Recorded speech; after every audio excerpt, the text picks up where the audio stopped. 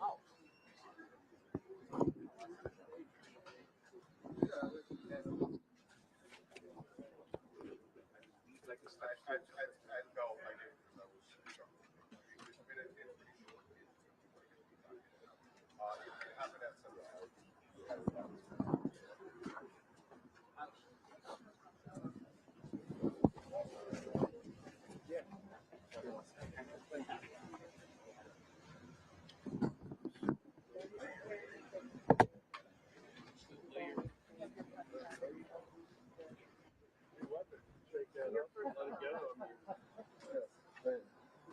another weapon.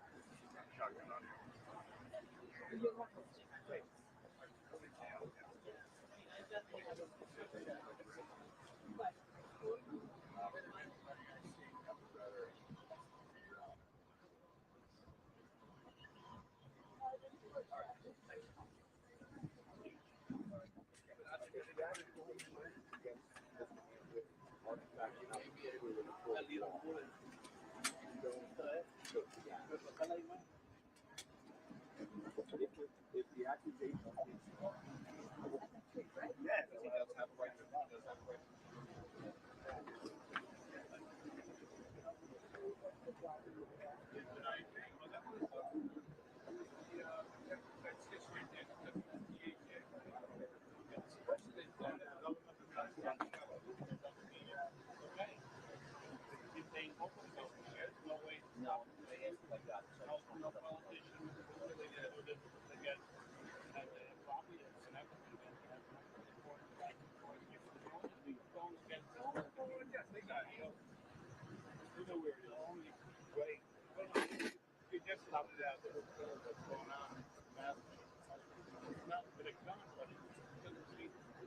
much more than most people do.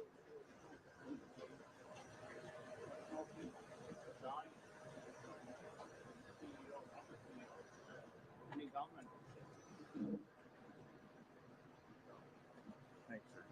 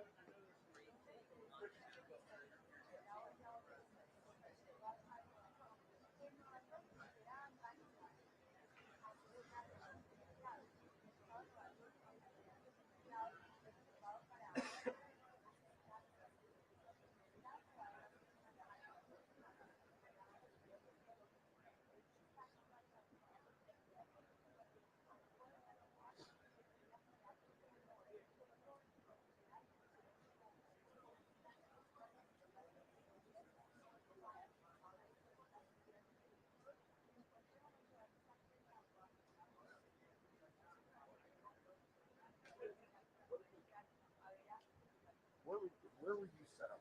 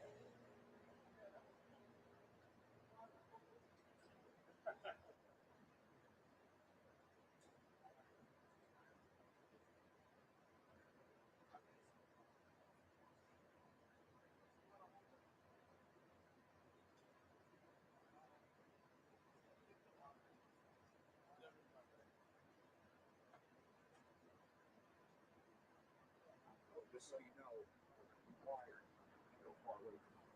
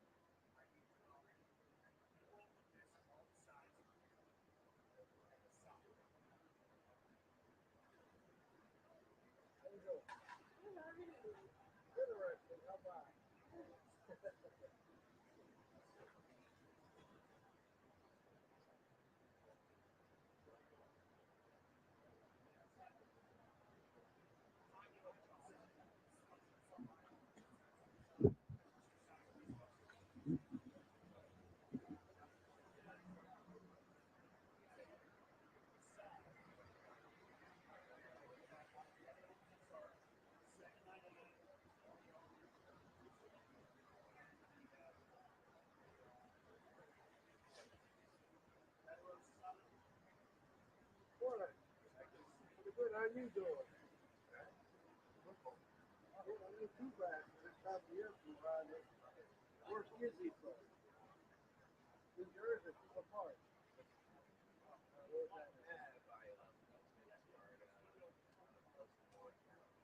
Oh, that sounds good story there. Right where New York is. Where New York State. Oh, way up there by Fort Georgia. Yeah, up that way. Yeah, that's what's it? It's colder up there, ain't it?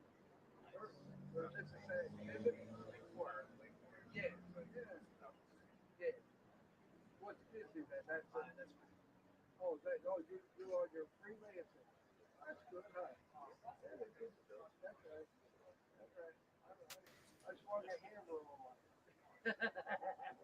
That's how I swing hammers. I had 40 years on the tractor farm. Yeah. Yeah, we bought stuff too. Well, we used to go over there. What's the Newburgh in there? Up along the Hudson River. Yeah. Right a long time ago when I was calling around with you, that was way before you was born. Yeah. That was way. Yeah, I forget that. How old are you? 25? Well, that was, yeah, you was 2 when they. Let's see. All right, there we go.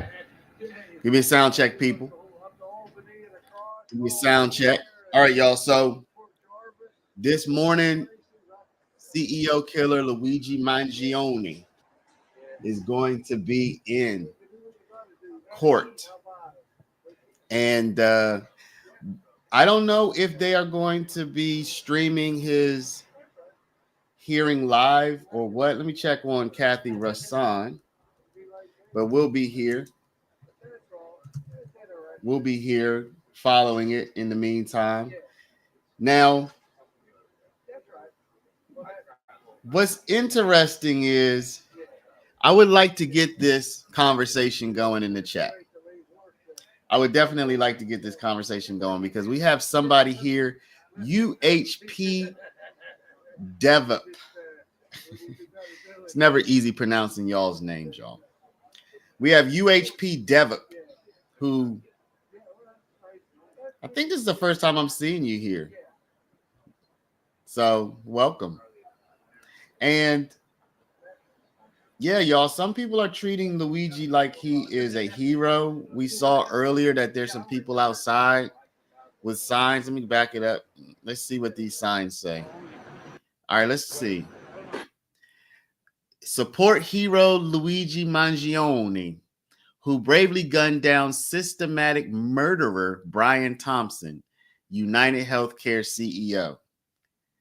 So Mangione, y'all, is it wrong for me to say it like that? It's such a cool name, frankly. Mangione is such a cool name.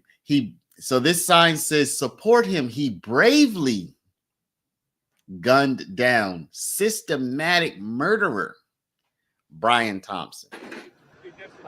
What does the other sign say? Let's see. Vicious, deny, delay, depose. Vicious Karen Friedman Agnafilos plot exposed. Okay, so that's a rhyming one. Oh, this is a chant. Delay, no, deny, delay, depose. Vicious Karen Friedman Agnafilos plot exposed. I don't know if I could get that one all to say. I don't think I would want to try to lead a crowd in that chant. Probably would be a little bit difficult. Let's see if we can do it. Deny, delay. No. Okay. Deny, delay, depose. Vicious Karen Friedman Agnafilos plot exposed. Ooh, that's tough. A bit of a tongue twister. Bit of a tongue twistier for me. But so Karen Friedman Agnafilo, somebody wrote me a comment in the chat like it's pronounced Agnafilo. Agnafilo. Okay, so there you have it. Karen Friedman Agnafilo is Luigi's attorney, and again, she is the wife of Diddy's attorney. I think it's Mark Agnafilo. So Luigi and Diddy share a husband and wife pair of attorneys. Okay. So this person apparently is supporting Luigi. They want to expose Karen Freeman Agnafilo's plot. What is her plot? We don't know. In fact, y'all, why don't we go while we're waiting for everything to get started? While we wait, yeah, I like to. How about we bring y'all up? Why don't we bring y'all up here? So, who wants to come up on StreamYard right now and try to do a better job than I just did with the chant? The chant is deny, delay, depose, pause. Vicious Karen Agnew, Vicious Karen Freeman Agnephilia's plot exposed, or something like that. Who wants to come up and do a better job than I just did? I want to invite somebody up. Who can do it? All right. I'm going to try to find, while we wait, I'm going to try to find where she was talking about Luigi, because she did make a comment about him. Who wants to come up? What about you, 504? We have not heard from you. We've never heard your voice. Would you like to come up and try to do the chant? Come on, people. Tat, you want to come up and do the chant? All right, y'all. So what I'm going to do is I'm going to show y'all a little bit of Karen. I don't think we are live just yet. So I'm going to show you a little bit of this CNN clip where she is discussing. Who will be representing him when he gets here? Tonight, I can report that Luigi Mangione has retained a high-powered New York defense attorney Karen Friedman Agnifilo to represent him Agnifilo. as he's facing a second-degree murder charge in the death of the United Healthcare CEO, Brian Thompson. Viewers of The Source will be very familiar with Friedman Agnifilo, who was recently Agnifilo. a CNN legal analyst, but she's also a veteran of the New York criminal justice system. She served as the chief assistant district attorney in the Manhattan DA's office for 7 years before going into private practice. As one longtime New York prosecutor told me tonight, she knows, quote, every corridor, every judge, every clerk in the courthouse here. And she will be taking this case on at a time when investigators have amassed new evidence in recent days, with police telling CNN this week that the 3D printed gun he had on him when he was arrested matches the 3 shell casings that were found at the crime scene in Midtown Manhattan. His fingerprints also match those that investigators found on items near the scene. This is all evidence that Friedman Agnifilo said before she was retained, I should note, could potentially be a problem. So this is what I'm going to find interesting, y'all. The same lady that he has obtained or retained to represent him, she's the same lady who has already commented in public about how damning and how bad this evidence is for him. So y'all check this out. We're about to watch the person who is representing him. She spoke before, and this is what she said. It looks to me like there might be a not guilty by reason of insanity defense that they're going to be thinking about, because the evidence is going to be so overwhelming. This is his current lawyer, y'all. Before she took the case, before she became his lawyer, this is what she said. Before she was retained, Kind of wild that she could potentially be a problem.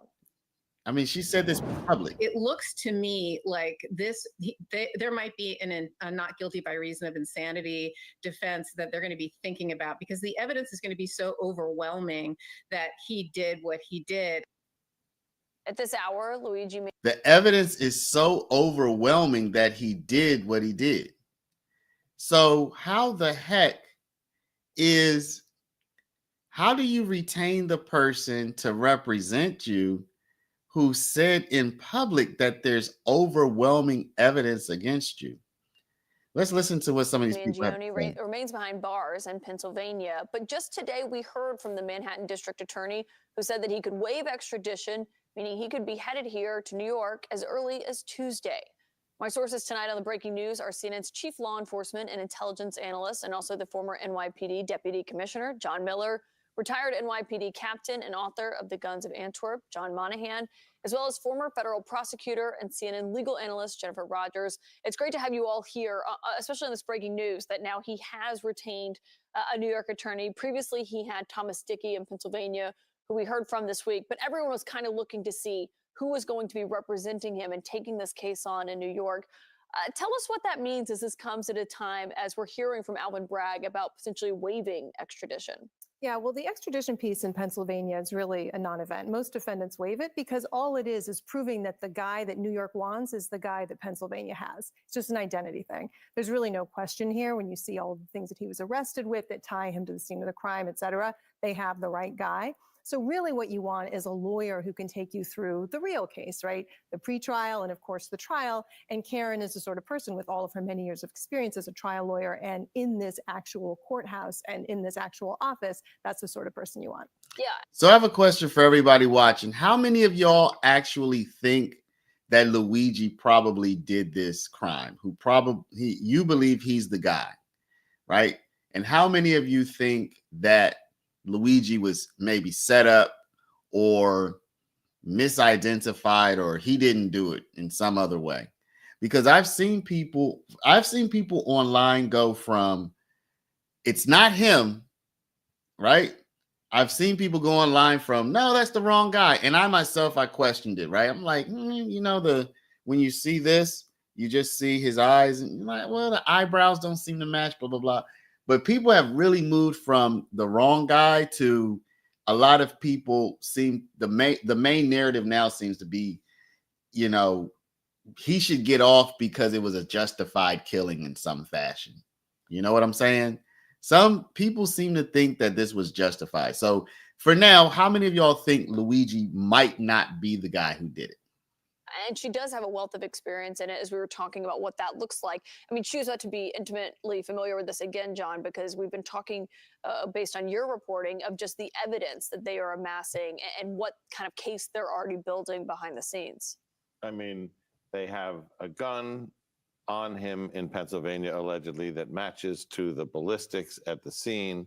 They have a 3-page letter on him, which the police are describing as a claim of responsibility, where he talks about the what and the why.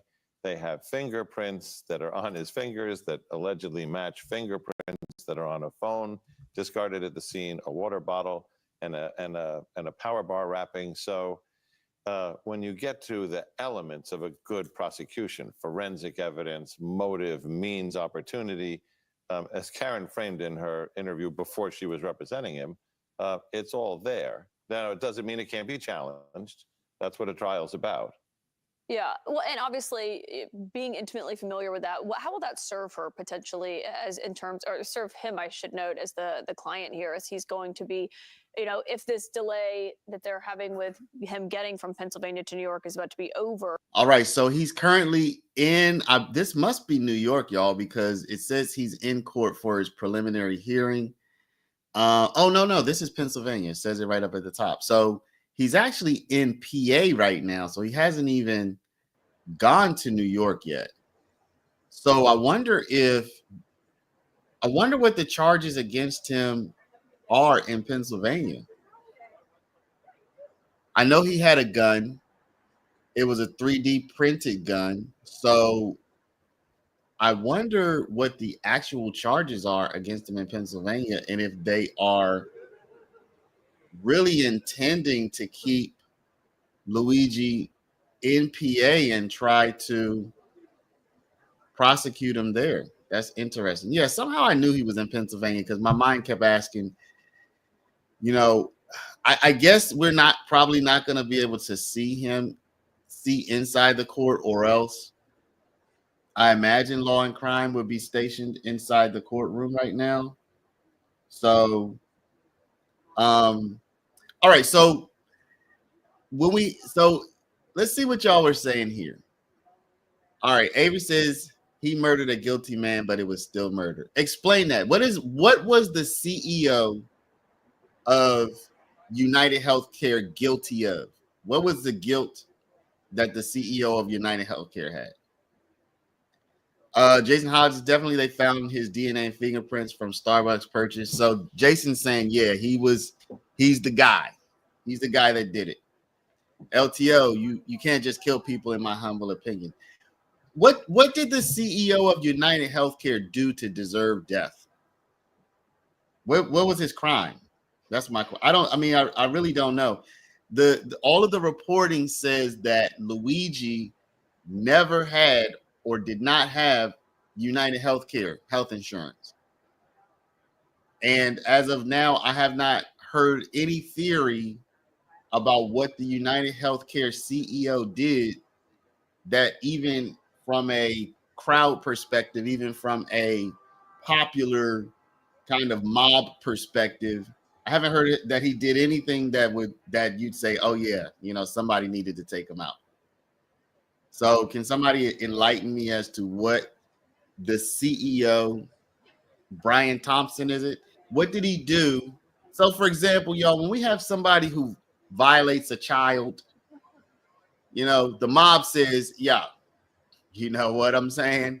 You got to handle that guy. The mob understands, particularly if this person's caught in the act or caught soon thereafter, the mob says, yo, if something whatever happens. We get that, right? Somebody who violates anybody, for that matter, let's just keep it real. If you violate somebody, if you get caught soon after having offed somebody, broken in, somebody who breaks into your home, if they get shot while they're in your house, the mob says, yo, even the law, for that matter, you even got the law on your side with that one. Most of the time it's like, you shouldn't have been in that person's house. That's on you. Okay. But what did Brian Thompson do where the mob could say, tough luck? You know, that's my question. Morning, Rebecca. LTO, that's my point. No matter what, you can't just go around killing people. I get that, but what are people saying? What are people saying? What are people saying that Brian Thompson did? You know what I mean? Even if you're not saying it, what are people saying? Because I don't really think I know what the presumed crime is that he did to deserve that, or that we could excuse it. Being a CEO, they're all guilty of being unethical. But isn't every human guilty of being unethical, though?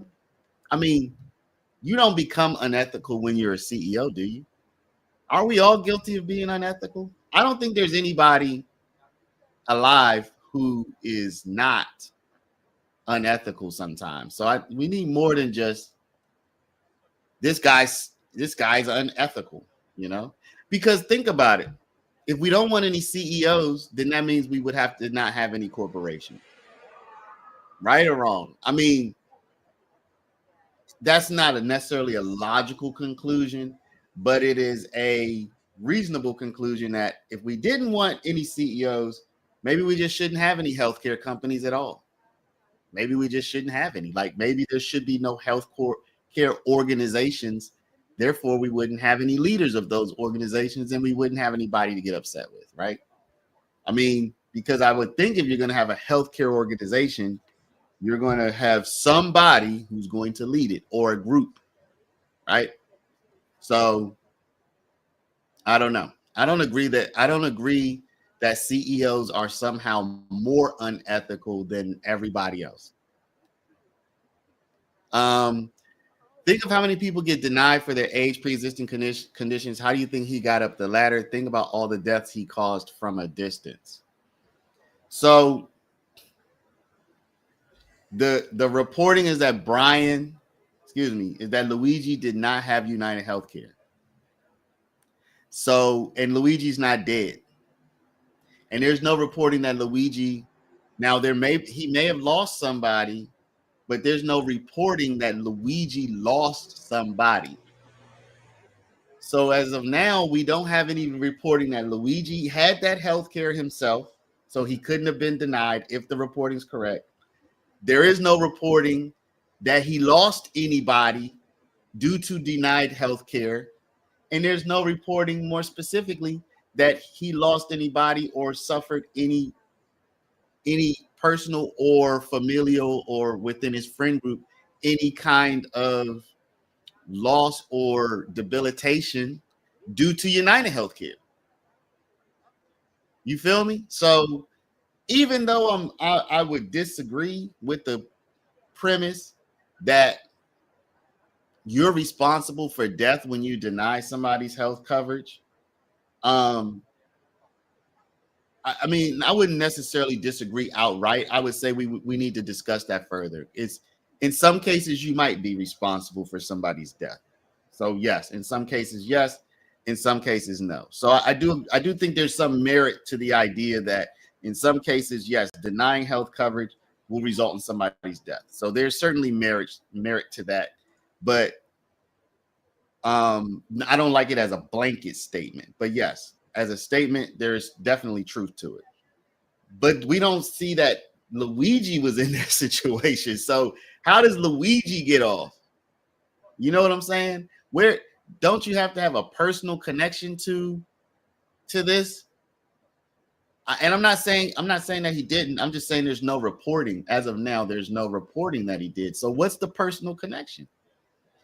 He was a rich boy who had his health go wrong, so he took it out where he could. In my humble opinion, I don't feel for any of them other than CEO kids if he had them. I don't think, honestly, y'all, frankly, I don't think it's weird, but I don't think many people actually feel for the CEO. I agree with that. Like, I'm not agreeing that you shouldn't feel for the CEO, but I'm agreeing that there has been very little condolences or outrage on behalf of the CEO. I think the outrage has been on behalf of the brazen way that the CEO was killed, and people just don't agree with being able to kill somebody like that. But like as a human, the CEO has not been humanized at all. I mean, the CEO, you know what? Frankly, think about this. The CEO, and y'all don't take me wrong, okay? I'm just trying to make a connection here, and also often talk in terms of movies. The CEO is treated almost like a movie character who gets killed at the beginning of the movie, and you never hear his voice. You never see him have a moment with his wife or his kids. You know what I'm saying? The CEO is like the guy who dies in the first scene of the movie, and he's just I hate to say it but he's almost treated like a plot device in this whole thing. I've never heard if he had kids. Mrs. Flynn's, neither have you. Because people are just treating him as a catalyst to talk about healthcare. They're not even treating him like a human. They're not even treating him like a human, the CEO. Slim Life, good morning. Aretha said, I think he may have had a special relationship with him. That's an angle that I was originally, kind of passed my mind to. Special relationship. UHP. He's the man that front the company that won't pay. This ain't what? Plugs? Is that spark plugs? I don't know. This real life sick people who have paid. Okay, but again, privatized healthcare is a crime against humanity. All right. Oh man, they have the Luigi outfits on. So they're coming out. People are coming out as an opportunity where somebody was killed. They're coming out as an opportunity to protest the healthcare situation. Y'all, UHP again. What does Brian Thompson have to do with Luigi? That's the question. Interview him. Let him talk. Let's hear what they have to say. L-Y-N. Yep. Adami, A-D-A-M-I. A-D-A-M-I. Yep. Where are we from? Indiana. Indiana, PA or Indiana State? State. Yeah, part of Indiana. South Bend. My name is Ethan. H-A-N. That's correct. And then my last name is Merrill, M-E-R-R-I-L-L. And I'm her husband. So. Same area. Same place. Yep. Yep. Yep. Thanks for that. Yep. No problem. Yep. No problem. How long was that drive? About 8 hours. Yeah, No it stops. You know. We had to leave yesterday because we didn't know that the trial was being moved until just very recently, so we just had to get out of here. Sure. Universal health care now. Oh, what's that back? Did you already have the hats, or? No, we went and bought them immediately. Yeah, they were the last two at the GameStop. Good question. So, yeah.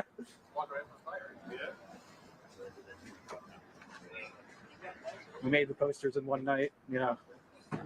Oh, Including, like Switch parody. one night? It only took you one night to make those posters? Wow. I love the caption on it. It's funny. Can you say why you felt compelled to come out here today? Well, the reason is because, like, obviously we don't condone murder, but, like, we feel that privatized healthcare is systemic violence, and we feel that Luigi had no other viable alternative. Peaceful protesting has not worked. Petitioning government officials has not worked. Over 60% of Americans, by statistic that I've heard, want universal health care. When your life government is not listening. When your life is ruined and you end up with a bunch of pins in your back because insurance did not improve the procedure that you needed for back pain, and your life is ruined, what other viable alternative is there? That's why we're here today. Kudos to you guys. I love the sign. Thank you. Thank you. Do you want to see the other side? Okay. Free Luigi. Oh yeah, that is kind of. I'm not gonna lie, that's kind of tight though. I give him that. I give him that. That Luigi drawing is pretty good, Right, actually. absolutely. All right, we saw this one. Vicious Karen Agnifilo plot exposed. Yeah, and like, what other alternative is there? Like, yeah. All right, y'all. So,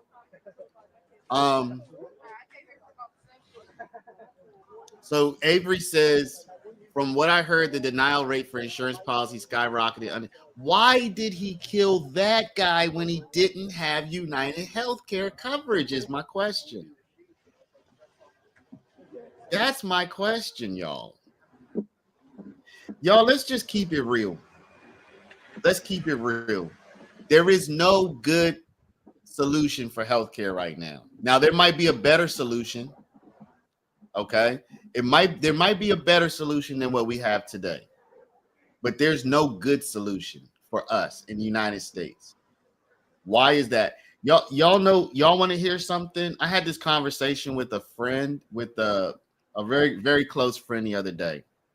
And I'm going to tell y'all something, because a lot of times you'll hear people say, well, other countries have universal health care coverage. Maybe they do. But you know what? United States is one of the most unhealthy countries among the developed countries in the whole world. We are one of the most, if not the most unhealthy country among the developed countries in the whole world. So what does that mean? That means when we have universal health care, it's difficult to compare our universal health care proposal to another country because we're the worst in health. Now, people can say, well, we're part of the reason we're the worst in health because we don't have universal health care. That might be part of it, but trust me, y'all see what I see when we go to Walmart. We go outside. Y'all know we don't exercise. Y'all know we don't eat right. Y'all know that we don't treat ourselves properly. So we really can't compare what universal health care would look like here to another country. Also, we're one of the most litigious countries in the world. We sue over everything. Okay, so what does that mean? That means that not only do doctors and health companies and hospitals have to carry huge insurance, but they also frequently will overdo procedures, order tests that are unnecessary, order this and order that might not be necessary because they want a CYA so they won't get sued. So we have probably the most unhealthy population of people among the developed, what's called first world countries. We're likely the worst in health, period. And we have a group of people, a country of people who love to sue. So we're going to have the most expensive healthcare, even if we were just as healthy as other countries. We're going to have the most expensive healthcare because we like suing. So they're going to have to do more tests. Why? So that they can say, well, we did the test. They can defend themselves. And also they're going to have to pay out more money because we like to sue each other. One, even if we were on a par with other countries health-wise, which we're not, okay, which we're way more unhealthy than the other countries that are developed. So the idea that we could just get universal health care for us, it's a great idea. It would be excellent.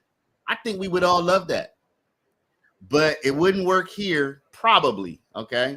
It probably would not work in the United States the way it works in other countries where they at least somewhat take care of their health. We don't. So I do agree with these two people that we just saw. I don't agree with the fact that privatized healthcare is violence and all this stuff, but I agree that a change needs to be made. It has hit me. It has struck me like going to the hospital for loved ones, many loved ones who have passed away. Yeah, there's a lot we could do a lot better. They all had their insurance covered, by the way. So even when you do have insurance and it covers everything, you still have a problem with healthcare. I'm sure we all have horror stories of just being in the hospital. People seem like they don't care. So this whole system is just totally broken from the top to the bottom. I shouldn't say broken because it's working, but it needs a massive overhaul. It needs a massive fix. So anybody who says that, I would be in agreement with you. But I don't know that there's a model out there that could work for us because we're so unhealthy and we love to sue. So you know what I'm saying? So I don't necessarily. So maybe you would have to have a universal health care. Like, yo, you could get on this universal health care if you want, but you can't sue, or your ability to sue for medical malpractice or what had negligence is just going to be totally reduced. You know what I'm saying? Then people will be coming out saying, yo, the doctor he effed me up. The doctor, she put my nose over here, you know, and I can't sue. And people will be upset about that. But I don't see how we're going to have the world's most unhealthy developed country that has access to courts and loves to sue and also get universal health care. I just don't see how it's going to happen. I mean, you know, to people's satisfaction. So, you know, that's my take on it. That's the angle that I was taking when I was with my friend. So when I was talking to my friend, so it's not that I'm like, we shouldn't have it. It's just, how could it become workable in this place? Because Americans ain't gonna eat right. Americans ain't, we you know, we aren't gonna exercise even to save our own life. All right. Let's see. All right. Nishi says his crime was being employed in the healthcare system. I'm not saying I think that, though.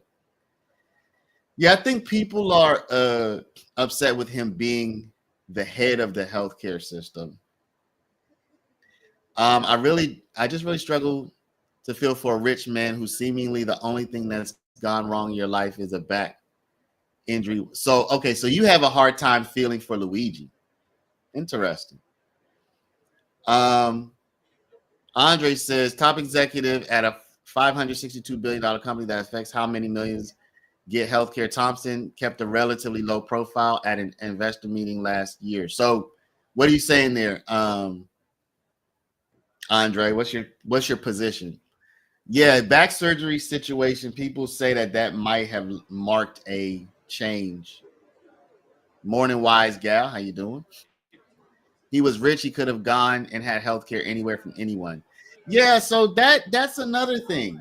We have a rich guy who's the working class person's hero. This guy's rich, y'all. He's rich compared to us, to the normal people. But he's the hero. Y'all, he didn't do anything for you. Okay? He didn't help your life at all. Let's keep it real. He didn't help your life at all. Like, this guy was apparently a genius, or if not a genius, he was very, very, very intelligent. So my question is this: could he do more by shooting the CEO of a healthcare company, or by dedicating all of his brilliance to improving something? Which would have helped you more? Him shooting this guy and starting a conversation, or him dedicating all of his brilliance to solving a particular problem in the healthcare field? Which do you think would have helped you and the country more? Yeah, back surgery. People are saying that his life changed at that time. In his note, he said he had a grudge with insurance world. While walking to the jail, he said he did it for people or something of the sort. Again, you have valedictorian of his high school class. He goes to an exclusive private school, and he's the valedictorian. He has a bachelor and master's degrees in the STEM fields. He's a very intelligent guy. Avery, how could he best help you if he's doing it for you? Shooting this guy and starting a conversation, or dedicating all of his brilliance to solving a particular problem in the healthcare field? Which of those two, using his family connections, using his brilliance, using whatever money he's able to generate to try to get change to happen, which one would do you think is more likely to help you and the people? Because now his brilliance is going to be probably to staying alive, is going to be put to staying alive in prison, most likely.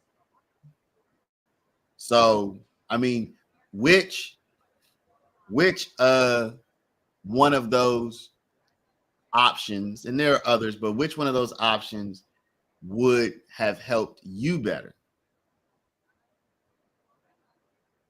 CEO should have never done what he done, but what did he do though, Rebecca? Because remember, Luigi did not have United Healthcare is what the reporting says up until now. So what did the CEO do to Luigi or to Luigi's family and friends? There's still no reporting that there's a connection between this CEO and Luigi or any of Luigi's friends or family. There's no reporting of a connection. Jason says, I heard something about his mom having problems with the insurance company. They have raised $100,000 for his legal fees so far.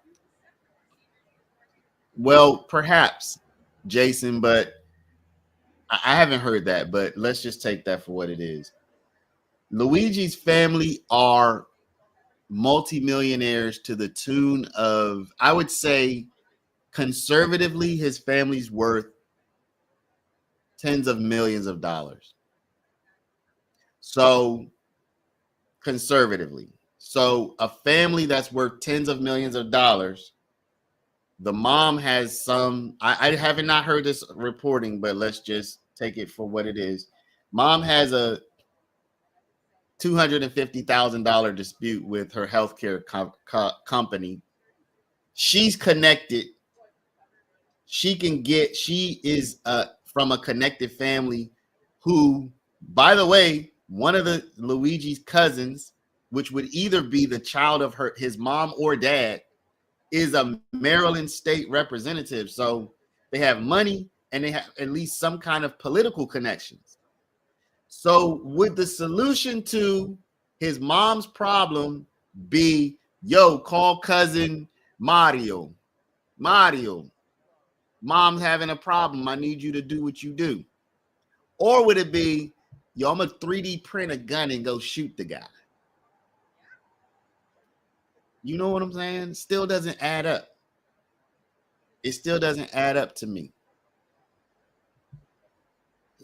His cousin is in the Maryland state government. I mean, like, he's an elected official. If he's not a delegate, he's in the Senate. I think he's a delegate, which is like the House of Maryland, House of Representatives of Maryland. So, like, come on, you got money, you got political connections. Your mom has a problem, make some calls. How can you feel for him? Look at what the insurance company have done capitalizing off our sickness. How can you feel for who? The person who got shot in the back while he was walking to a meeting? Is that a real question? How can you feel for the guy who was on his way to a meeting and got shot in the back? I'm not saying you have to feel for him. Maybe you don't, Avery, but you're confused that somebody would. I mean, come on. Maybe you say, look, I don't feel for him. Fine, that's you. But you can't understand how somebody would feel for a guy who's going to work or to a meeting and get shot in the back, who hasn't done anything to deserve that. Or even if you do think he's done something to deserve that, yo, be a man about it. Like, don't shoot cuz in the back. You got a problem with them? Square off. Like, there's something I don't know. There's something cowardly about it to me. There's something cowardly about it. Unless we get some more information, there's something cowardly about walking up and shooting this dude in the back like that. I don't know. I don't like it. I know health insurance people are evil. Oh my gosh. Now people, Andre, the health insurance people are evil. I know health insurance people are evil though, and have killed a lot of people, denied claims that worked for and paid for. I don't agree with the fact that they're evil, but I do agree with the fact that they have denied a lot of claims. I don't agree with the fact that they killed people. They did not kill anybody by denying their claim, but they did maybe let people die. I don't consider that the same thing, but it's not good. So I agree with you from the perspective of denying a claim, denying a medication, denying a procedure that could save somebody's life. I do not consider that killing somebody, but I do consider it in some situations letting that person die. I make a distinction, and in this situation, I make a distinction, and it's not cool. It's not good. It is something that needs to be fixed. 100%. I just wouldn't call it killing them. You didn't kill them. You did not cause the injury to their body. You did not cause the disease to their body. You were not the cause of their being in the hospital in the first place. So you didn't kill them. Okay? Killing is an action. Killing is when you take an active participation in somebody's death. Denying a claim, you didn't take an active participation. You just refused to help. So you let them die. And yeah, they've let many people die. And I agree with that. But let's use the right terminology. All right. Killing is active. Letting somebody die is more of a passive thing. It doesn't make it okay. I'm not justifying it. I'm just trying to be more precise with the terminology. And it's not cool when somebody deserves the coverage, the help, and you're denying them. It's not cool. So nobody misunderstand me as justifying that. I am not.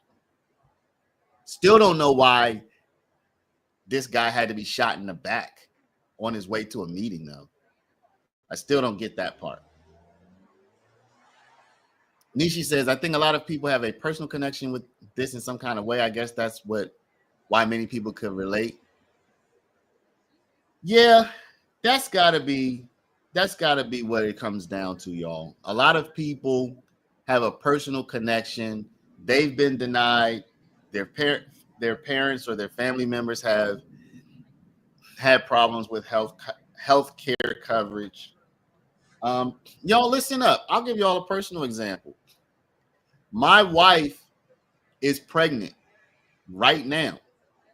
She is due within the next two-ish months, 10 weeks. So she's big. You know what I'm saying? She's not super huge, but she's big. So, all right, I'm giving y'all something personal. So she is on, let's say, on my healthcare coverage, okay? I'm giving y'all a personal story right now. So maybe 2 weeks ago, she goes for a sonogram. And they had told her, look, you need to take care because, you're already in your 30s and blah, blah, blah. And she goes back. She's really nervous because she wants to know how the baby's doing. Unplanned pregnancy, the whole nine, okay? So she goes in, and then she starts calling me, and she's like, blah, blah, blah, blah, blah, whatever.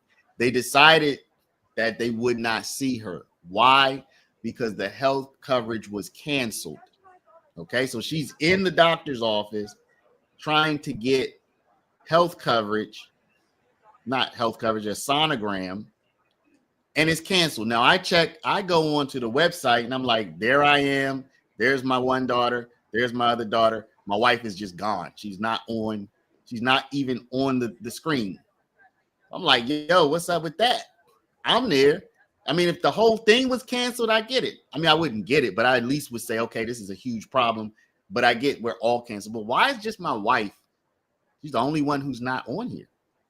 So I call them and I'm like, what's going on with my wife? And they were like, well, your wife was dropped off because we needed you to send us a document and you didn't send it. And I'm like, what document is that? Well, remember, y'all, my wife's from another country. She's a naturalized citizen at this point. They were like, well, we needed her legal permission to be in the United States document. And so I go to the documents that I uploaded on their system, and I said, you know what? I'm looking right here at the document. I put this document in years ago. I'm looking at it on your website. Yeah, but you know, sometimes you have to re-upload it. I'm like, hold up. You're telling me I have to literally download the document from your website and just put it back in? Yeah, sometimes we need you to do that. I'm like, hold up. The document's still valid until 2027 or 2028, whatever it was. And you're telling me that you have it because I'm literally looking at it on the website, but sometimes just out of the blue, you'll need for me to download what you have on your site and then give it back to you. Yeah, that's the case. And I'm like, what? So I literally had to do that, okay, that thing. And then they reactivated the health coverage to start, I think it was like 10 days later. In the meantime, she couldn't go get this checkup, get this sonogram. So now the sonogram is coming, I think, next week or whatever. So that was an inconvenience. It was certainly highly frustrating for her because they had told her, yo, you know, you're 37 or whatever. You have a high risk pregnancy. We need to do this sonogram. When she goes in, the health coverage for her was canceled because for some reason we needed to download the document that we gave them and then re-upload it to literally to the same page, like download, re-upload, the same thing. And it was valid. It was still valid. So anyway, I don't think any major problem is going to come out of that. I would call it a denial of service. I would call it a denial of health care. I would call it a denial because she was there in the office and they denied her. And the health insurance is through the same company as the same medical provider as the hospital she was at. So in my eyes, it was all kind of one. Now, what if she really needed something to be found out that day? We still don't know. We still don't know because she hasn't had the sonogram yet. So, you know, hopefully everything's okay. I'm an optimist. That's my baby in there. You know, my baby gonna be strong. You know, she gonna develop the way she's supposed to. But you know, so I'm giving y'all at least a little bit of idea that this is not nowhere near what people have gone through, but just that, you know, what if this was something that needed to be taken care of that day?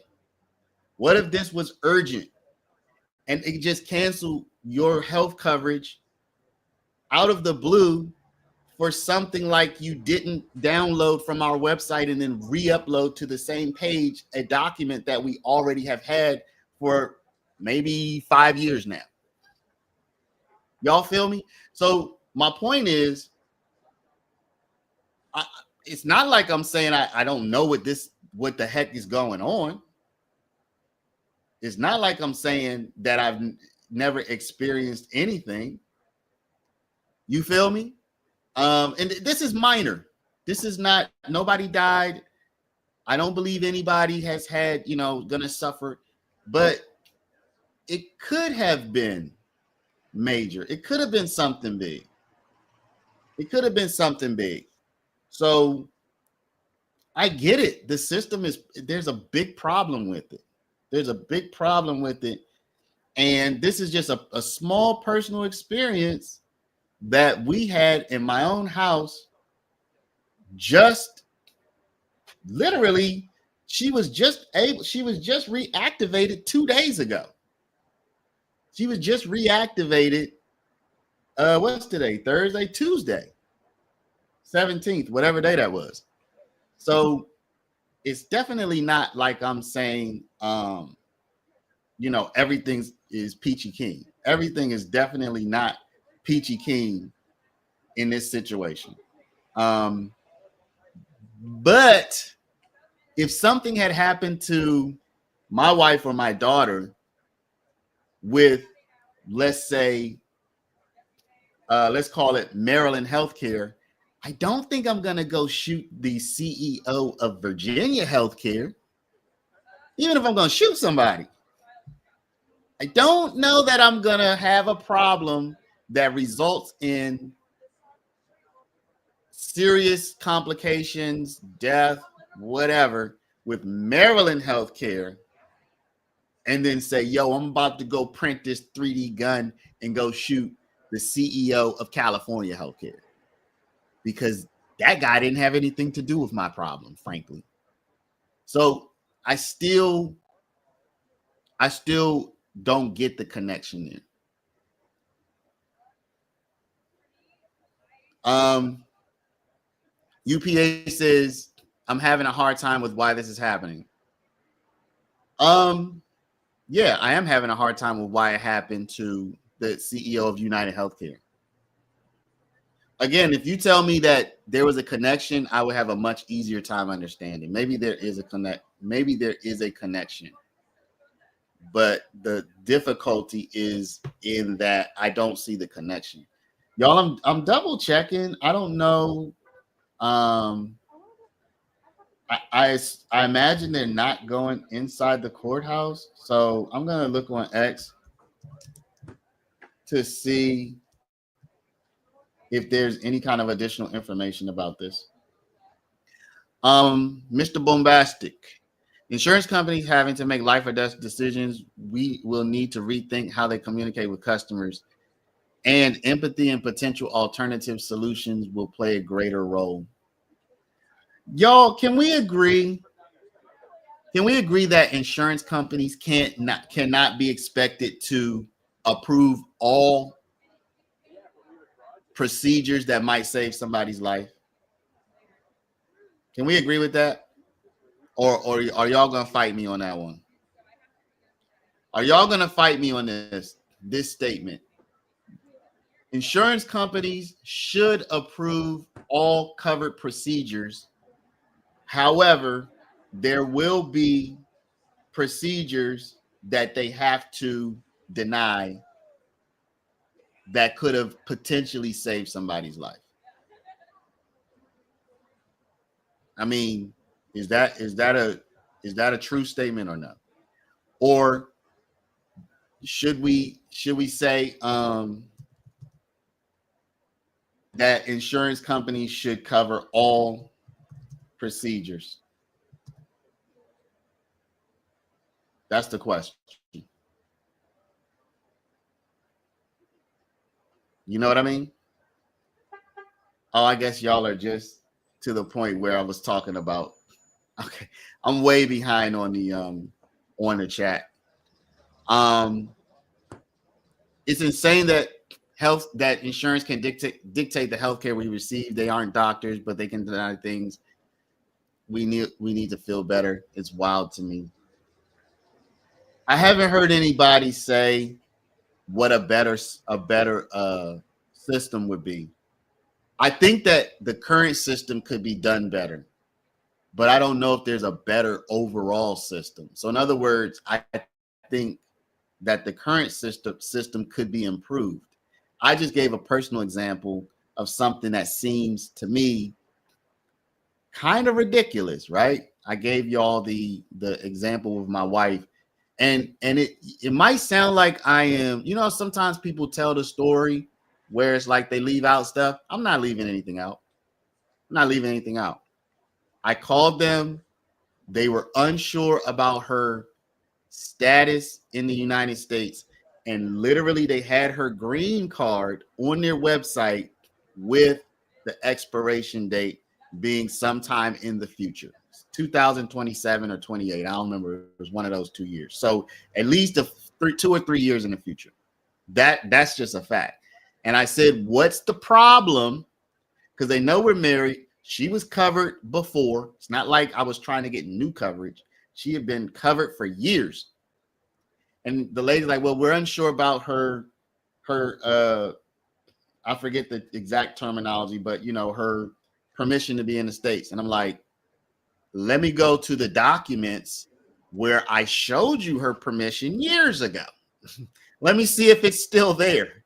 So I go to that page. I'm like, yeah, I'm looking at it right now. Remember years ago when I uploaded the document? I'm looking at it right now. Yeah, but sometimes we need you to just resubmit it. You need me to resubmit it? And I was like, it's literally going to be the same thing. So you need me to just, what do you mean? Yeah, sometimes, so you need me to download it from your site and upload it back to your site? Yeah, that'll work. So I'm not leaving anything out, y'all. I'm not, there's no,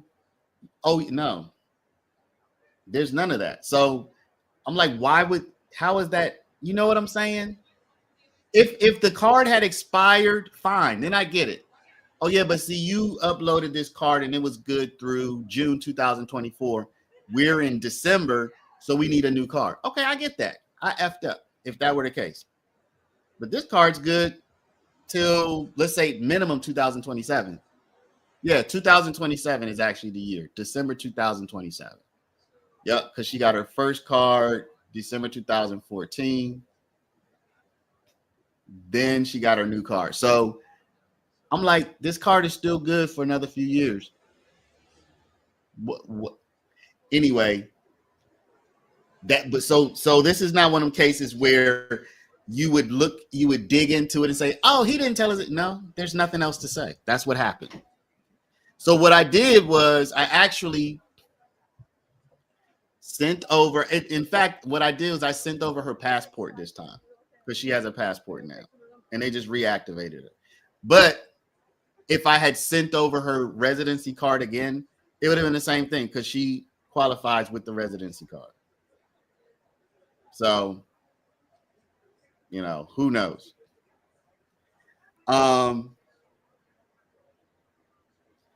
So I'm deaf. Oh, Slim, let me shout you out. Thank you for the super sticker, Slim. And Slim, that's my point. Read my comments. Slim is serious about reading her comments. All right, let me find out what comment Slim is talking about. Maybe this one. Wifey should have been on top of list. Sorry, she's pregnant. I had my oldest born with medical issues that could have been handled in the womb, but the doctor didn't look well enough due to my insurance. Well, she's going to be getting her sonogram, I think, next week now. So they were able to get her in. I do kind of, I think this, I met the doctor. I trust her. She seems good. So I think they'll take care of her. But that insurance snafu, there's no explanation for it. Bottom line, they take money, won't pay. You sue them. They file Chapter 11 and still don't have to pay. Now that's a racket. I guess the question is, this is a question I asked my friend. Could they stay in business if they paid all of the claims? If they paid all of the claims and didn't deny people, would there even be health coverage for us to get? I don't know the answer to that. But I think there's a possibility that just like auto denials are a part of the business, UHP, venture a guess.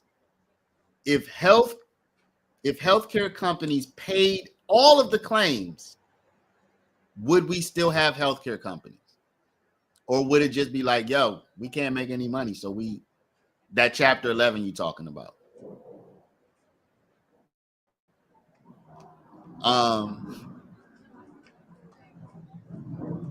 Ms. Flynn, you don't even see a doctor while pregnant here unless high risk and you may need meds. Ms. Flynn, tell me about the UK health system. What is your experience with it? Is it excellent? When you need to see a doctor, do you have to wait a long time? Can you just go see somebody tomorrow? If you're like, yo, I need a doctor, I'm gonna go to the doctor tomorrow. Are there long waits? What would you say about it? Because I've heard different things, but I don't want to make any assumptions. If I'm not if I'm paying for coverage, I shouldn't be denied. Okay, so I think that the insurance business model is based on denying some people. So frankly, y'all, I think there wouldn't be any insurance if they had to pay out on everything. I just think there wouldn't be a business. It wouldn't be a business. It wouldn't be a business. There would be no insurance business if they had to pay out on everything. So it's one of those things where part of the insurance business model is to deny certain people. Again, if they had to pay everything, they would quickly go out of business. So then there wouldn't be insurance for anybody. And everybody who paid before the company went out of business would be left with no insurance company to even file a claim with.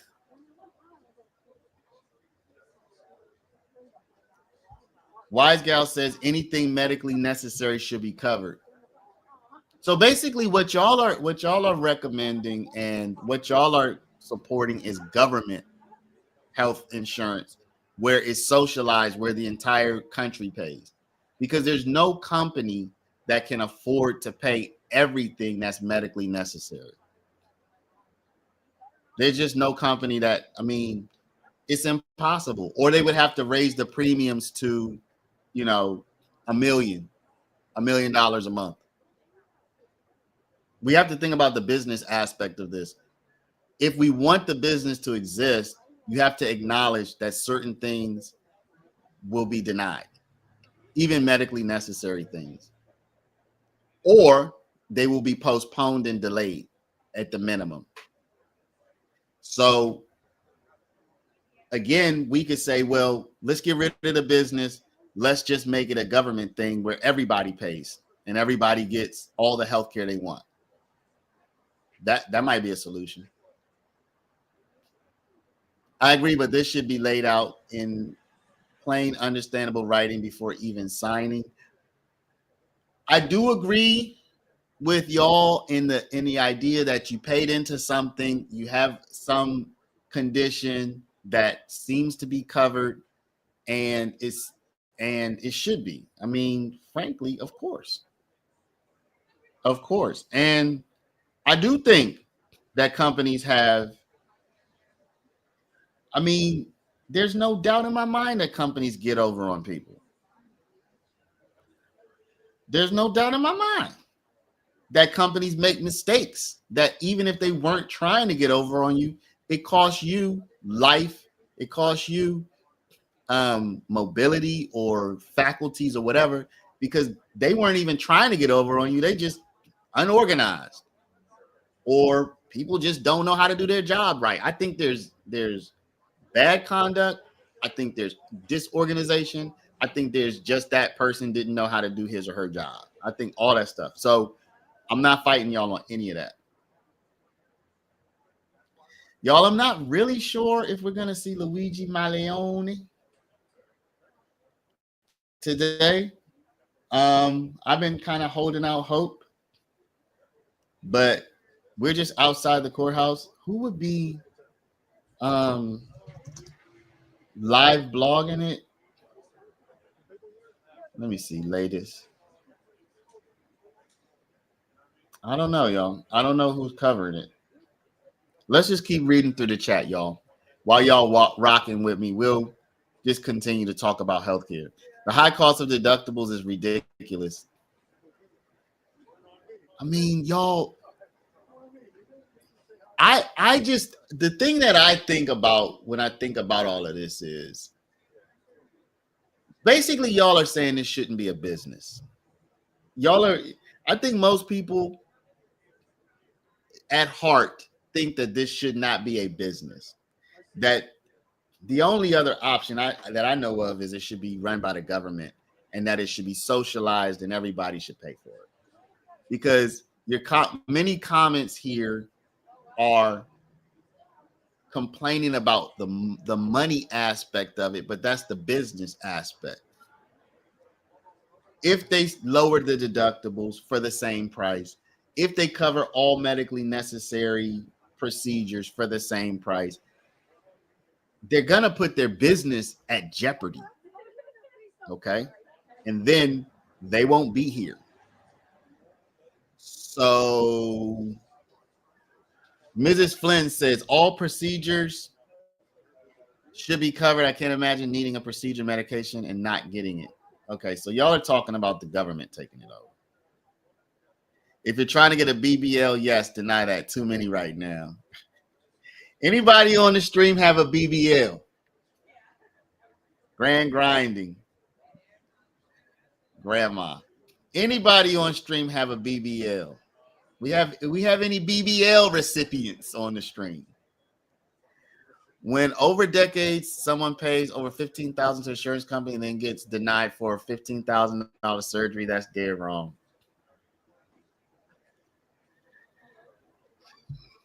I would say the spirit, I agree with you in spirit. I don't agree with you in every single instance, but the spirit of what you're saying, I totally agree with. I totally agree with the spirit of what you're saying there. Meaning, in general, you paid a lot of money in. Now you need something that, even if it costs more than the total you paid, but I see what you're saying. Like, hook me up. I need this. And you're going to deny me? I get it. So I'm not going to dispute that. Did the insurance company call you to let you know she was canceled? They did not call me. No. They did send a letter. I will say that. But they had a previous address on file. They did not call me, no. So I can say I can say I'm at fault for. I believe I did change my address with them, but they did send a letter to my old address. So, you know, it is what it is. They did not call me. I like knowing if something happens to my kids up until 16, everything is free, and after that, NHS prescription about 10 pounds. So, Ms. Flins, I might have missed where you said how happy or how satisfied you are with the actual coverage, like the experience is what the word I'm looking for. When you have to make an appointment, are they fast? Are the doctors' offices getting to you on time? Do the doctors seem knowledgeable? Are they good? Just from your personal perspective. If you need a procedure, are you able to schedule that within a period of weeks or a month, or do you have to wait 7 months or a year or 2 years? Or I'm just saying, like, what's the experience like? Put your insurance premium money in a tax-free health savings account. Then you can have a procedure on your time. Catastrophic would obviously be different. Interesting. That sounds like you're telling people take responsibility for managing their own money. Yeah, it is crazy considering she's expecting. For those who don't know, green cards are not actually green, and that is the sense the government makes. Is her green card green? I think it has some green on it, but no, it's not green like you would expect. Andre, you're on the other side, man. Don't worry about it. You and Ms. Flynn, y'all holding it down on Morbid Law. I appreciate y'all. Yes, they can. All the money they hold on to. You think they can pay everything? Nah, they can't. Just paying the contracted amount and stop playing. I don't think they could pay everything. Bruce, you don't know what a BBL is? Y'all, should we show Bruce a BBL? Uh-oh, Bruce, you BBL surgery. Bruce, you about to have me. I'm Googling BBL. BBL stands for Brazilian butt lift. Let me pull this up, Bruce. A nice BBL would look something like this. You see, that's the before, that's the after. They usually take the fat from your midsection and inject it into your buttocks. And it gives you a flatter tummy and a rounder rump, for lack of a better word. So that's a BBL. Lipo and what they suck, or some of what they suck out of your belly, they inject into your butt. That's called a BBL. Andre says, I know they can't pay everything, but not life-saving stuff that letting people die. That's not cool. I agree with that. I mean, again, with the general sentiment, I agree with. I'm with you. I mean, I'm not going to dispute that. The waiting lists are getting worse. It can take a week. It can take a week for what? An appointment? Hospital appointments, again, depends on the issue. Some wait times are really long. The more serious, the quicker the time. What can take a week? Because here, if you can get a hospital, a doctor's appointment within a week regularly, you straight. You doing good. Hold up. You doing good if you could get a hospital, a doctor, not hospital. If you could get a doctor's appointment regularly within a week, you straight. That sounds really good, actually. If you could just say, yo, I need to go to the doctor. Like, okay, we got next Monday, Tuesday, and Wednesday, or next Wednesday, Thursday, Friday. And you're like, okay, I'll come Wednesday. Bam, you good. You straight. Miss Flins, if I need an emergency appointment, I could get it today. If not emergency, it could be a few days or a week. Oh, man, you straight. If you straight, then Mrs. Flins, you straight. I mean, when I say straight, I mean that's way better than here, even though we pay. My wife needed to go to the OBGYN when she found out she was pregnant. Like, they wanted her to go there first.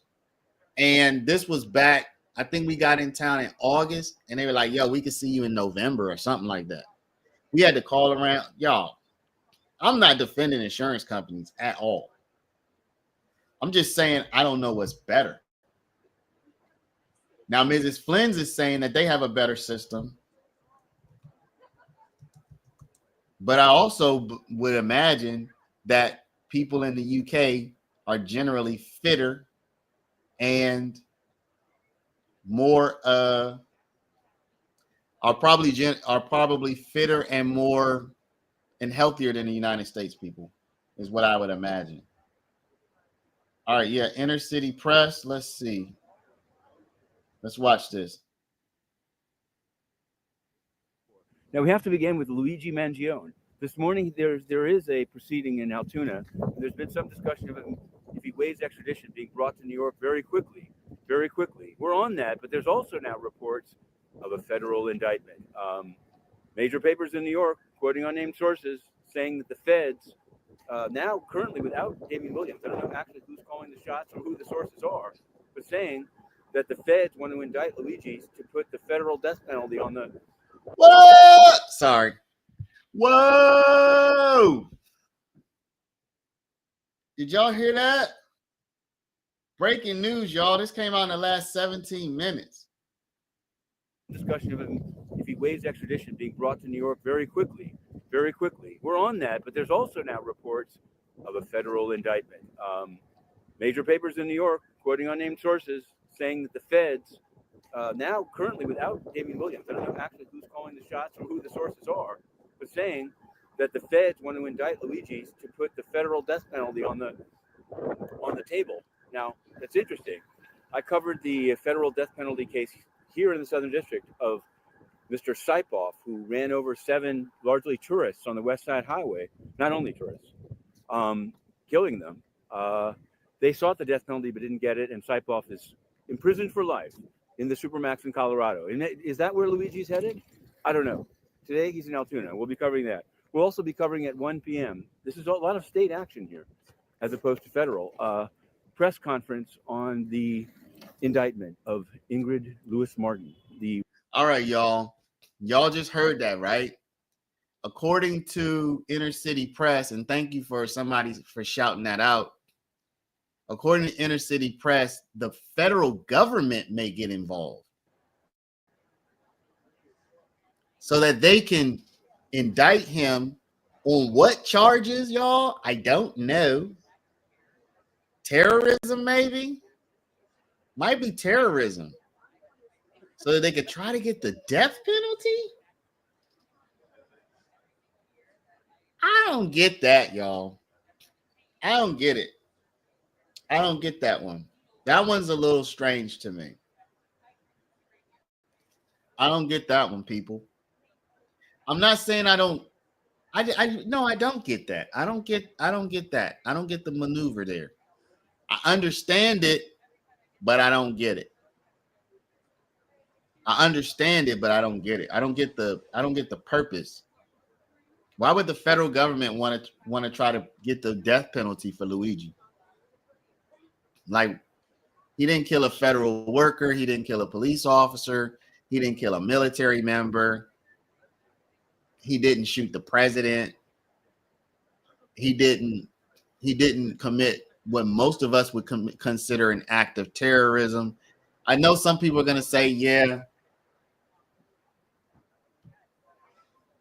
you know, he killed you know, a rich guy, but lots of rich guys get killed. So, you know what I'm saying?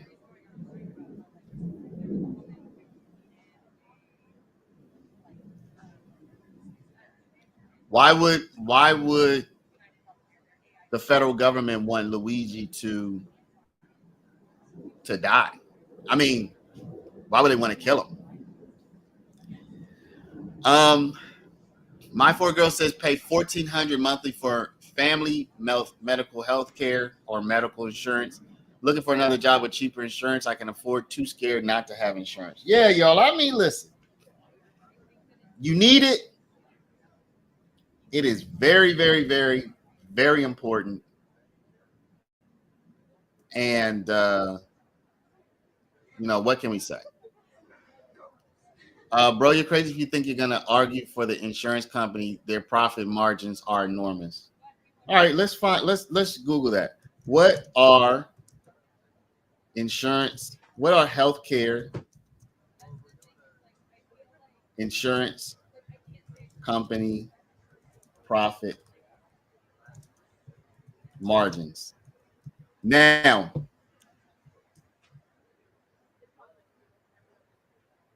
I'm about to show you the answer.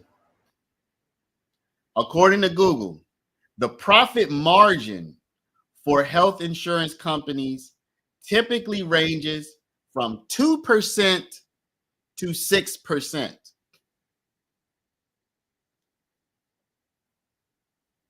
2% to 6%. What are grocery store profit margins? 1% to 3%. What are restaurant? restaurant. What are restaurant profit margins? 3 to 5%. So you run a grocery store, you're looking at 1 to 3%. You run a restaurant, you're looking at 3 to 5%. You run a healthcare insurance company, you're looking at 2 to 6%. So, Andre, I'm going to give you an opportunity to reconsider your assertion that they have enormous profit margins. You're talking about 2 to 6%, according to Google. If it were a grocery store, it would be 1 to 3%. If it were a restaurant, it would be 3 to 5%, which is practically indistinguishable from 2 to 6%. So they have the same profit margin as a restaurant. Let's see. What other type of car dealership? Car dealership profit margins. 1 to 2%.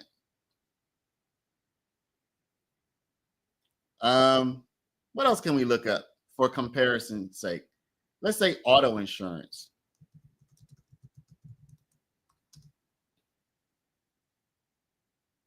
Auto insurance, it used to be 10%. Now it's 5%. So let's say 2 to 10%. So you could do better being in auto insurance, actually, depending. I don't know if I'm going to say a profit margin between 2 to 6% as being enormous. I would not say that. What about landscaping company?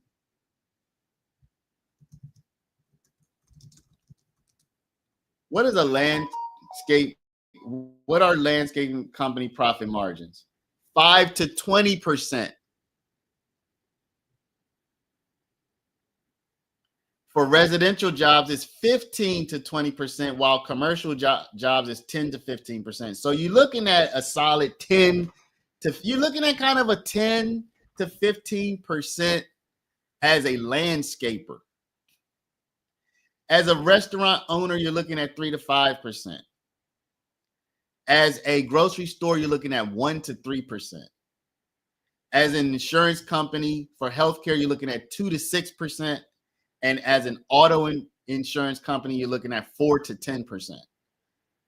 I don't know where you would get the idea that 2 to 6% profit margin is enormous. I would not call that enormous at all. It's frankly not that good of a profit margin, honestly. I mean, it's kind of a low profit margin if we're comparing it. Like you do one thing wrong and you're out of business. Oh, you know what? One more thing I want to do. Probably the toughest business in the world. Let's check this out real quick. What are airline profit margins? They probably have the lowest. Airline profit margins are typically low, with the industry average being around 2.6%. So they're basically somewhere around airlines on the low end, which frequently go out of business. So now I wouldn't say, based on this information, unless you just gonna say, well, I don't believe it. I would not call that enormous by any stretch. 2 to 6%. On the low end, you're in the same profit margin as an airline, which frequently goes bankrupt. So, nah. I wouldn't say, oh, dang, I'm way behind on the comments. I'm still on the BBL comments. So y'all popped in and saw a BBL on your screen. All right, y'all. Let me keep up with the Andre, I don't need to try to convince you. I'm not trying to convince you of anything. You said they have enormous profit margins. Provide a source, provide some information. I mean, or you could just make a bare assertion that has, I mean, this is kind of like, this is what I said yesterday in my video about Jay-Z's accuser. All she has is her word. She has no corroboration. She literally just said something. She has no witness. She has no ticket stub. She has nothing that no party favor that she brought back from the party where she could say, look, I got this at the party. She has nothing but her word. So Andre, at this point, you're in the same position as her. You just said something. All you just made an assertion. They have enormous profit margins. Okay, well, you know, the sky is pink. You know what I mean? We just saying stuff. Until you can provide some corroboration for what you're saying, you're just talking. So maybe I won't convince you, but you know, I would like for you to convince me.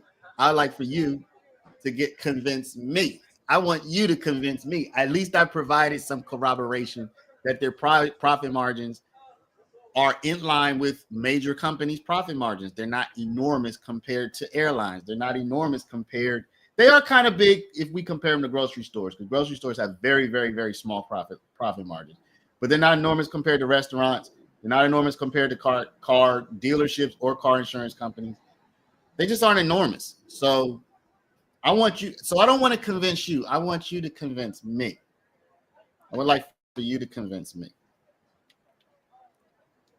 My godfather was told he had a huge tumor, needed surgery. He went to the doctor because he lives in Bangkok as well, and found out no tumor. And his doctor visit, which he went twice, for $200. See, that's another thing about our system, y'all. On one hand, you have the coverage and the price and the customer service. But then you get into talking about what is it like to actually deal with the doctors. My aunt, who has now passed away, do y'all know something? She went to a doctor who told her she needed a hysterectomy, y'all. And do you know that the doctor who told her she needed a hysterectomy had it scheduled on the calendar and she was going to have a hysterectomy? And so between the time where she scheduled this hysterectomy and the date of the surgery, she went to another doctor, a cardiologist. And she's talking to the cardiologist like, yeah, I'm about to have a hysterectomy. They told me that I need one.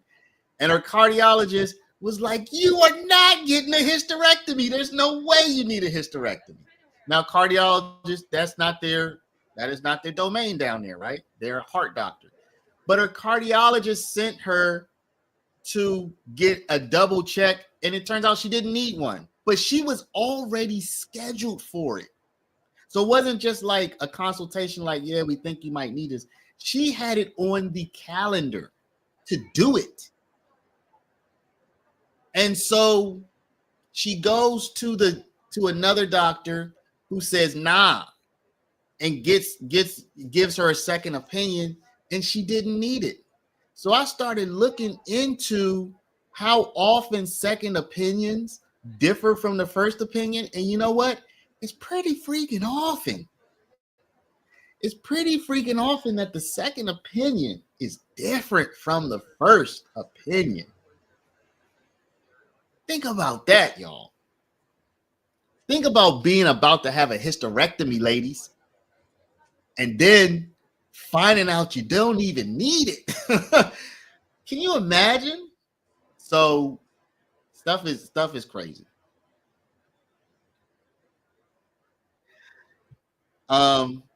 Yeah, so you do, but you know what, Aretha? The needing the second opinion thing would just what if we have free healthcare through the government and we just start saying, yo, we want a second opinion? Wouldn't that just make everything more expensive? So I am sitting here saying I see the value in it.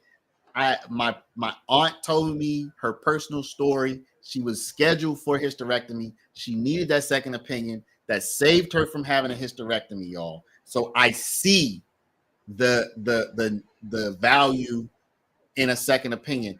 But if we had free healthcare, second opinion, third opinion, fourth, fifth, that would just drive up the cost too. It just make everything more expensive. It might help you health wise. It might help you make the right decision. I'm not saying we should not allow it, but I'm simply saying if we're talking about what free healthcare or universal healthcare would cost in America, it would be the most expensive thing on this planet. The only thing that might have a higher spending would be the U.S. military. It would be a run for the money between the U.S. military and universal healthcare as to how fast and how much of our money we could spend. It would be enormous and astronomical, and it would go up every single year. It would go up every single year. So, getting a second opinion here, I don't think happens often. They aren't trying to have surgeries that aren't needed. We are a litigious society here, Mrs. Flins. Everybody wants to sue all the time. Aretha, my dad was a veteran and he was seen by VA, and they actually took really good care of him. He had all kinds of surgeries. Both my mom and my dad had all kinds of surgeries and stuff, and they were almost always covered, if not always. So on a personal level, with both of my parents, who both have passed away at this point, they had a lot of stuff. They had all kind of crazy stuff happening, and they always had their stuff covered. As far as I know, I think my mom may have had to fight for some stuff that I'm not aware of, but no medical bills once they were deceased. There were no like, oh, you still got to pay this or you got to pay that. So, I can't I can't say I've had a personal experience with like the life-saving coverage being either denied or getting a bill for it. I can't say I've had that experience, but I know people do, and I feel for those people. My dad had really good care through VA. I mean, he had really good care. They even would send. My dad was at some point became disabled. They would even send transportation to pick him up, take him to the VA, have his appointment, and bring him home. He was in a wheelchair at that point, so cannot complain about our experience with VA. Then I would hear people on the news saying, "Yo, VA healthcare sucks." Okay, it might have sucked for you, and I'm not going to deny your experience, but I watched my dad do VA healthcare for years, and they did dental, they did surgeries, they did rehabilitation, they did everything. They gave him free medication, free insulin, free whatever. It was, there was never any cost, and he could always get an appointment. It might be, might not. It's not going to be tomorrow, but they would put him on the calendar. If he needed transportation, they would send the people over here to pick him up. He wanted me to take him mostly, which I did mostly, but if I couldn't, they had transportation. It took them a long time. Now it wasn't going to be no quick thing because they were picking up multiple. They pick him up. Had a whole van where they strap his wheelchair in and all this stuff. They gave him free motorized wheelchairs, multiple. When it broke down, they sent somebody out to fix it. Never had to pay a dime. So people have had problems with VA, like Jams is saying VA sucks. I'm not going to dispute that. I'm going to say they took really, really, really, really good care of my pops. I don't know about everybody else. My pops was hooked up. My pops was hooked up. All his medication, and he had a lot. Insulin. If he needed a new freaking blood pressure thing, they just send him one. If he needed whatever, they just send him one. Again, wheelchair, send him one. Needed another wheelchair, send him a new one. My dad was just totally covered. So I don't know what people talking about, and I feel bad for them, but my dad was hooked up through VA. And this is Washington, D.C. VA, by the way, y'all. So this is probably going to be the main VA health facility in the country, I would imagine. But at one time we were, y'all, we were in California, and my dad forgot his insulin or something. And did they ship him some insulin? I think I went back to get his insulin. Forget that. I went back. He left it somewhere, and I had to drive all the way back to get it, which was not fun. But now I'm not but they took very, very good care of my dad. Everyone should have good health. I don't know that there's a should to that. I mean, I don't know where the should comes in. That almost sounds like a right. People saying healthcare is a right. Y'all probably wouldn't like me anymore if I gave you my opinion on that, on the healthcare is a right conversation. But yeah, my dad had really good healthcare. My mom too, though. My mom, I don't know what health coverage she had, but she was good. Y'all think we're still waiting for Luigi to get started? Let me see. I'm gonna check Inner City Press again. We just saw I'm not sure this guy's name, but he has his picture here on the Inner City Press X account. He said that the feds may be trying to pick up Luigi's case and hit him with the death penalty. Is that crazy or what, y'all? Here we go. Healthcare should be free. Ty, you so close to saying healthcare should be a right. You're so close. All right, Bruce. See you later, buddy. Somebody says healthcare should be a right. I'm gonna have to go on my rant. It blows my mind that you pay to give birth, both pregnancies high risk, one ending in C-section, one in surgery, both with ultrasounds every month, no cost outside of normal taxes. Well, somebody paid for that, Mrs. Flynn. Maybe you didn't, but your country paid for it. It wasn't free. It's just they billed somebody else. It wasn't you. My wife doesn't have to pay anything out of pocket. But she does have to. Here we go. Mrs. Flynn saying healthcare should be a right. Y'all gonna make me rant. I kind of lined y'all up. Let me say this, y'all. I'm not gonna go on my whole healthcare rant.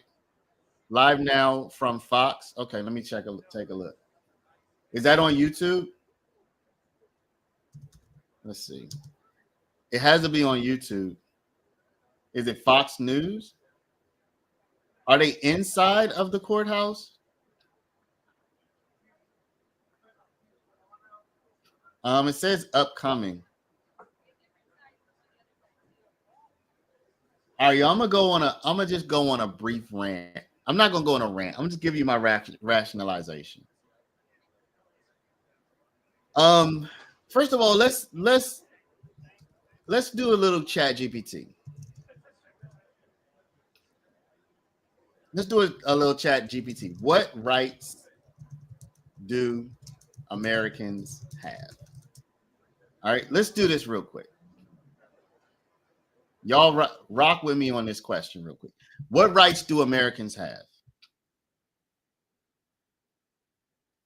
Okay, freedom of speech, freedom of religion, freedom of the press, freedom of assembly, right to petition, right to own firearms, blah, blah, blah, right? So if you notice with most of these rights, I'm not going to say all of them because I know somebody here is going to point out some example. But with most of these rights, most of our rights are freedom from the government interfering with your life. So freedom of speech means the government can't stop you from speaking. In a sense, they can't harass you. They can't jail you just because of what you said. Same thing with religion, same thing with press, same thing with assembly, same thing with petition. Right to own firearms. Government, they can't stop you from owning a firearm. So many of our rights are things that basically is telling the government, don't interfere with this. Stand down, back off. Now, we do have some rights where the government has to provide you with something, like a trial, like a jury, like legal counsel. But you know what? You don't have that right in and of itself. You have that right in relation to a court case, which means if the government is not putting a court case on you, you don't have a right to any of this stuff. You don't just have a right to a lawyer. You can't go to a law office and be like, yo, I want to exercise my right to a lawyer right now. You can't do that. This right to legal counsel is when the government's after you. Okay? So you have a right to legal counsel to fight the government. You have a right to a speedy trial when the government's putting you on trial. You have a right to a public trial again. You have a right to an impartial jury when the government's after you. You don't just have a right to an impartial jury. Like you can't just go up and say, hey, I want an impartial jury now. Well, okay, what's your trial? No, I don't have a trial. I just want to exercise my right to an impartial jury. But what were you arrested for? You know, when's your trial? I don't have a trial. I have a constitutional right to an impartial jury, and I want that. It doesn't work that way. So when you look at the type of rights we have, this stuff is almost all, not everything, but it's almost all in relation to the government's treatment of the people. You would be very hard pressed to find any right where an individual just has a right to go claim something. Show me any kind of right that you have a right to just go claim something, absent of the government being involved. Like you don't have a right to just go get some gold out of the ground. You don't have a right to just go somewhere and, you know, take some corn or, you know, put a stake in the ground and say, this is mine now and I'm going to live here. Like, we don't have rights to just go claim stuff. Our rights are almost all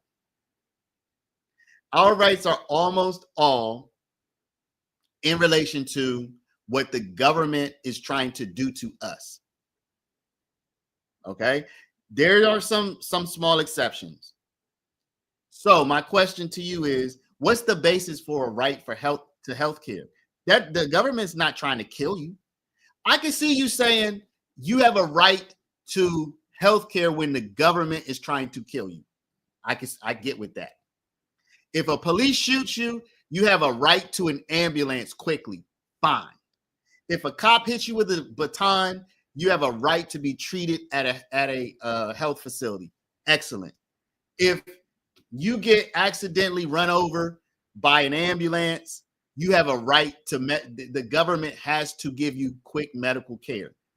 Excellent. I'm with y'all on all that because the government did something to you. That's where most of our rights come in. When the government does something to you, or when they want to stop you from doing something, or they want to put you in jail, or whatever. They want to take money from you. They want to take property from you. They want to take your guns. They want to stop you from speaking.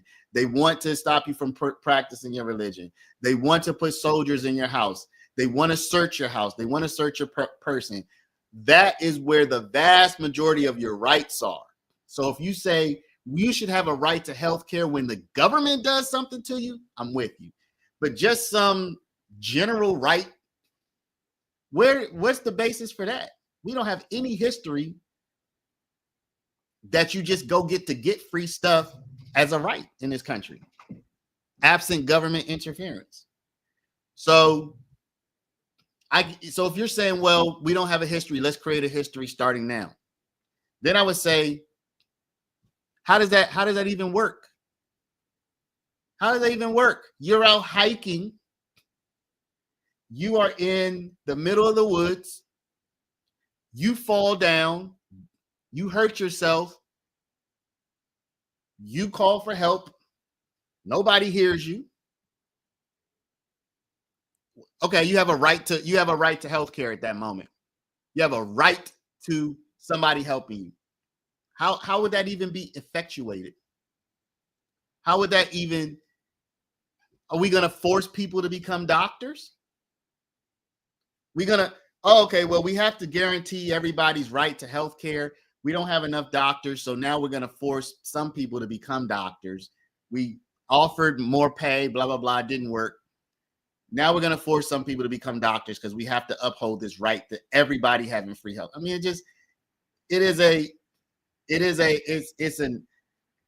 doesn't make any sense, y'all. It doesn't have any historical background in our country that you just have a right to go claim some free stuff. Somebody says 13th Amendment acknowledges that incarcerated. That's a little off the topic. I would say prisoners should have a right to health care because the government's interfering with their life. I would say, again, if the government causes your injury, you should have a right to health care because the government interfered with your life. But just kind of some general, you were born here, you're an American, now you have a right to health care. There's never been any kind of right like that where you get to just go claim some free stuff. So Ty says we should mirror what other countries are doing. Ty, again, if we want to mirror what other countries are doing, the first thing we should do is stop being the most unhealthy developed country in the world. Then maybe we could get some free stuff. Then maybe it could be cost effective. Maybe if we stop eating McDonald's every day, we started working out, we brought the BMI down, we started getting rid of some of these preventable diseases, and we could actually be a country where healthcare could work because the money side of the thing would make sense, then maybe. But we can't only be like them and getting the free stuff when they are far healthier than we are. It doesn't cost them what it cost us. You feel me? It doesn't cost them what it cost us. So how can we compare?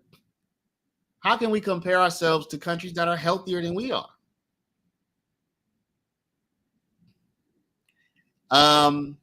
If we never did this before, doesn't mean nah. I totally 100% disagree with every consideration that healthcare is even in the class of things that could be considered a right.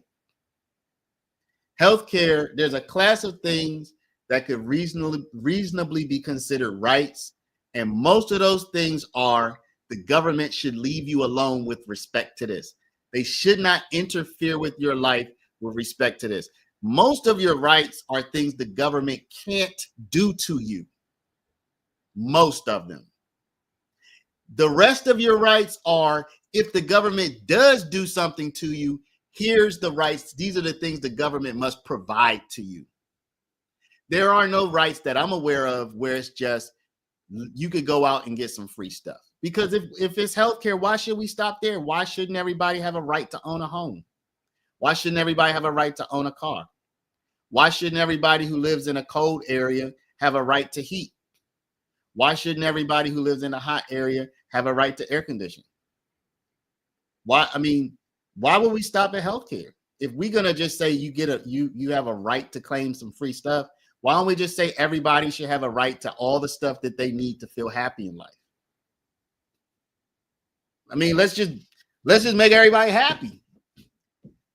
Why would we stop? Most of your rights are about what the government can't do. The rest of your rights are about if the government does do some stuff, this is the things they have to provide to you to protect yourself, to stand a fighting chance. That's 99% of all the rights that you have. Okay? So you don't have a go claim some free stuff right in this country. There is no you get to get some free stuff. Right. There might be some laws where you get to get some free stuff. But when we're talking about rights, no. So I don't think again that the concept of rights where you want to put the free stuff. Let's say welfare, food stamps, Section 8. Those are not rights, but they are things that people can claim. And and okay, fine. But that's not a right. You don't have a right to food stamps. It's available. It's just not a right. We need to keep the word rights where it's supposed to be. That's my opinion. So I guess I did do a bit of a rant. I got a good little rant out of that. Thank y'all. Thank y'all for letting me figure out a way to do my rant. True story right now as we speak, 14-year-old boy diagnosed with cancer. He was healthy prior. He just denied a shot. He needs to fight. That cost, is it $2,700 per shot or $2,700? Is it just one shot he needs or like a series of treatments? I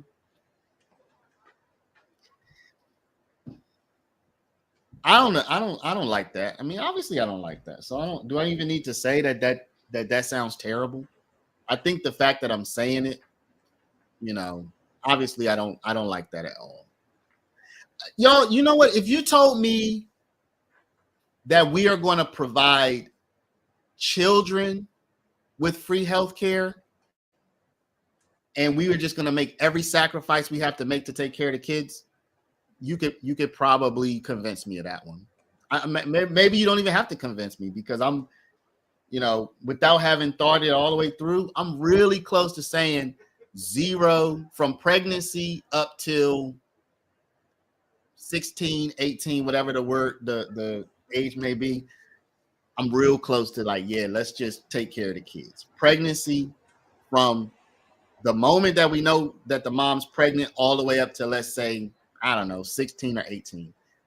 Whatever the ages we could afford, we could make sense out of, probably at least 16. You get free health care. maybe 18. You probably don't have to convince me of that one. I'm all for taking care of the kids. I am for taking care of the kids. I don't care if it costs $2,700 a shot. I don't care what it costs. Seniors, you would have to convince me. Southern Breeze says children and seniors. You don't have to convince me with the senior Southern Breeze. You don't have to convince me with the children. Seniors is you. There would have to be, for me, there have to be a lot more conversation for seniors, because see, the idea, and this sucks, but let's just keep it real. The idea with a child is we at least hope you're going to live a long, healthy life, or a long life. Or even if you only have 6 months to live, let's try to give you those 6 months as a child. Those are a major portion of your life. That's, if you're 1 and or 3 and you have 6 months to live, that's a big part of your life. Let's do what we can do to get you those 6 months. When you're 97, I mean, listen, you don't have less value as a human, but I'm going to prioritize the kids over the 97-year-olds. If we have to make a decision between the kids and the 97-year-olds, I'm prioritizing the kids. Because, all right, let's see. No, absolutely not. I can't talk about that.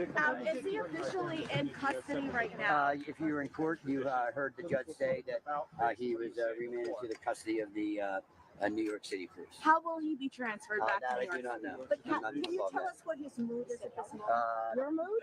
Your mood? Mr. Dickey, if I could have you here for News Nation for 1 moment, sir.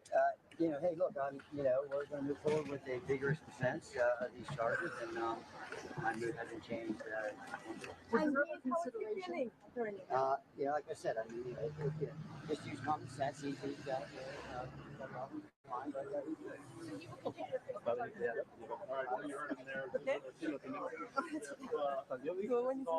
Well, that was a whole lot of nothing. That was a whole lot of nothing.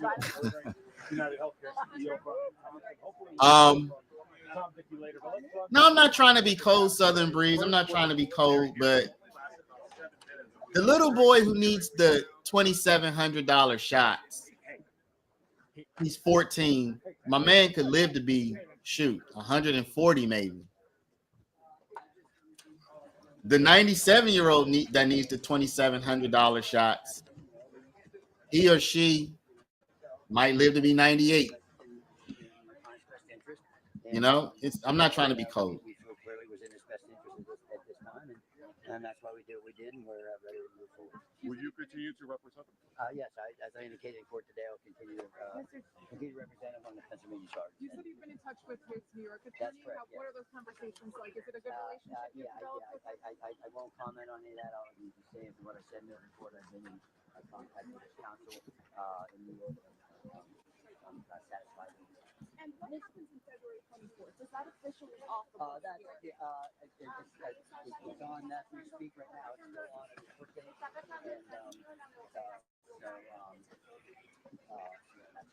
Will he appear in person in February?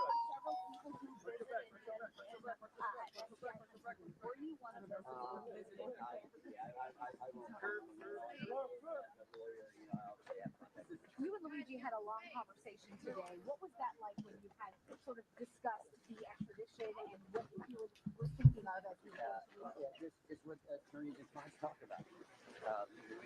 I can't even remember what part. Now you guys are pushing me out. I didn't know where I'm at. Was he calm today? Was he feeling all right? You guys observed him. You guys observed him, and you said you were satisfied with how things went today. Could you just reiterate that? Yeah, like I said, I mean, I arranged this proceeding today, and we accomplished what I felt we needed to do. Will he appear in person in February? That's his lawyer, y'all. It's too early to tell. Okay. How are you feeling knowing the charges he's facing in New York? Well,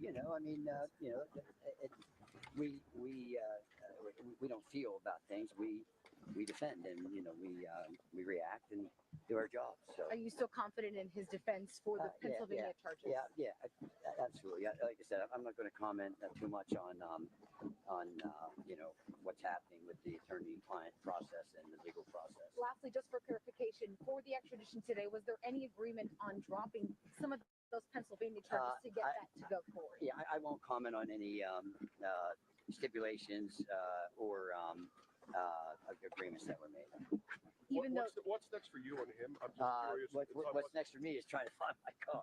And you have the outstanding police report in hand now, right? They gave that to you? Yeah, I have at least one of those. What do you think about the federal criminal investigation? I won't comment on that. I don't have any comment on that. Mr. Dickey, have you seen anything new in that police report so far this I won't comment on anything that I've seen in any report. Thank you. Okay, thank you, folks. Good luck finding your car. Yeah, I know. Well, because they had everything closed off today, and I'm trying to figure come out of here so many times. Yeah. Hello, how are you? You're a great attorney. No, but thank Got it. you. That's nice of you to say that. You are. You got to go. Thanks for all you do. Yeah, thank you. All right, y'all. Looks like that's it. Oh, shoot. You guys have any questions for me before?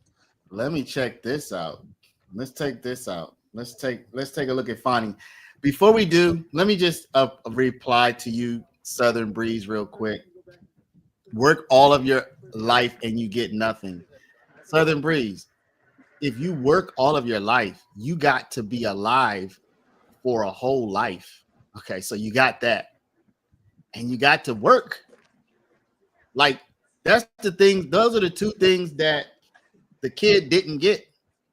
They didn't get to live a full life, what we would consider a full life, at least into your 60s or 70s. 60s now is not, well, late 60s might be considered full, definitely into your 70s. The kid didn't get that.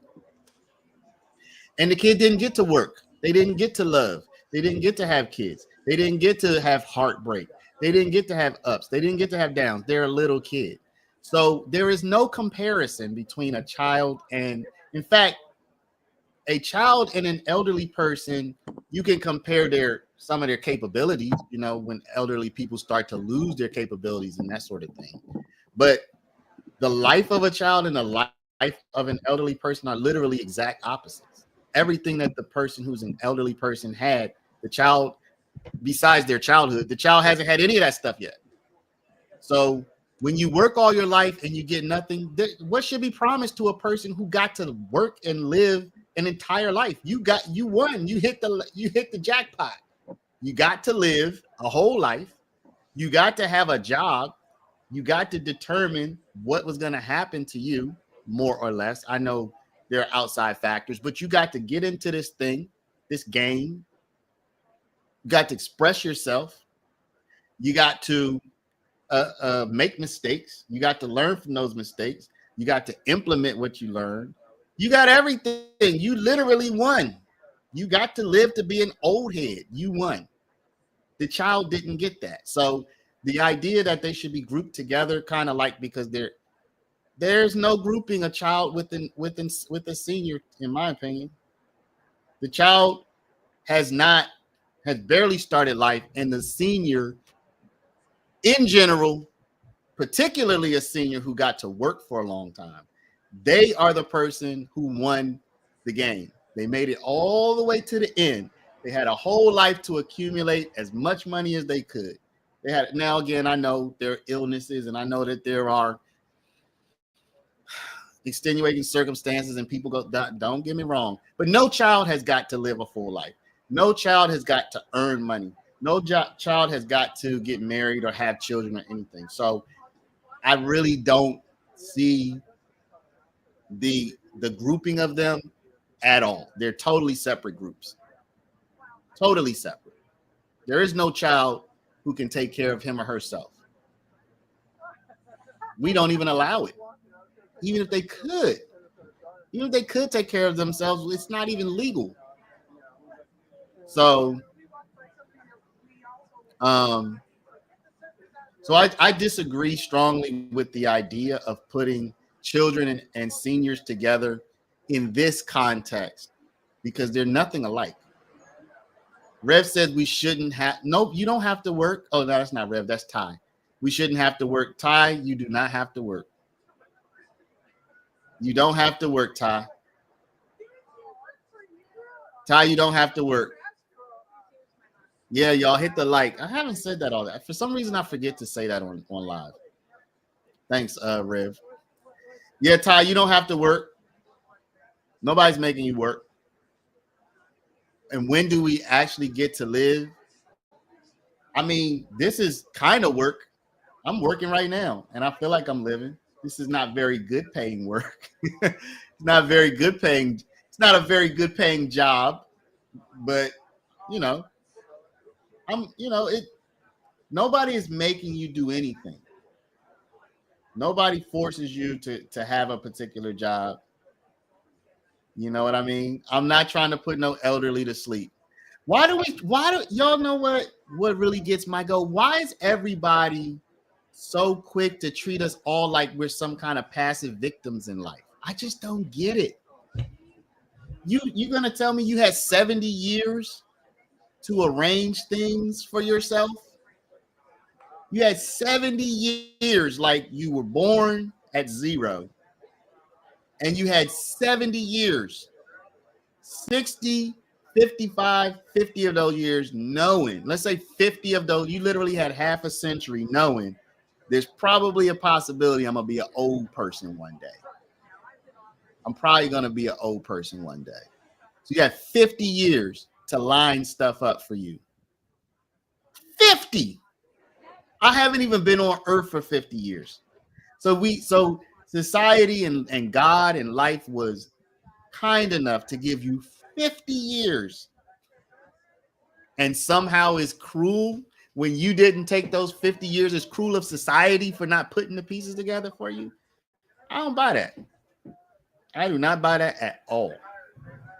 Nope. You have 50 years. And now we're going to get the exception, the medical emergency person.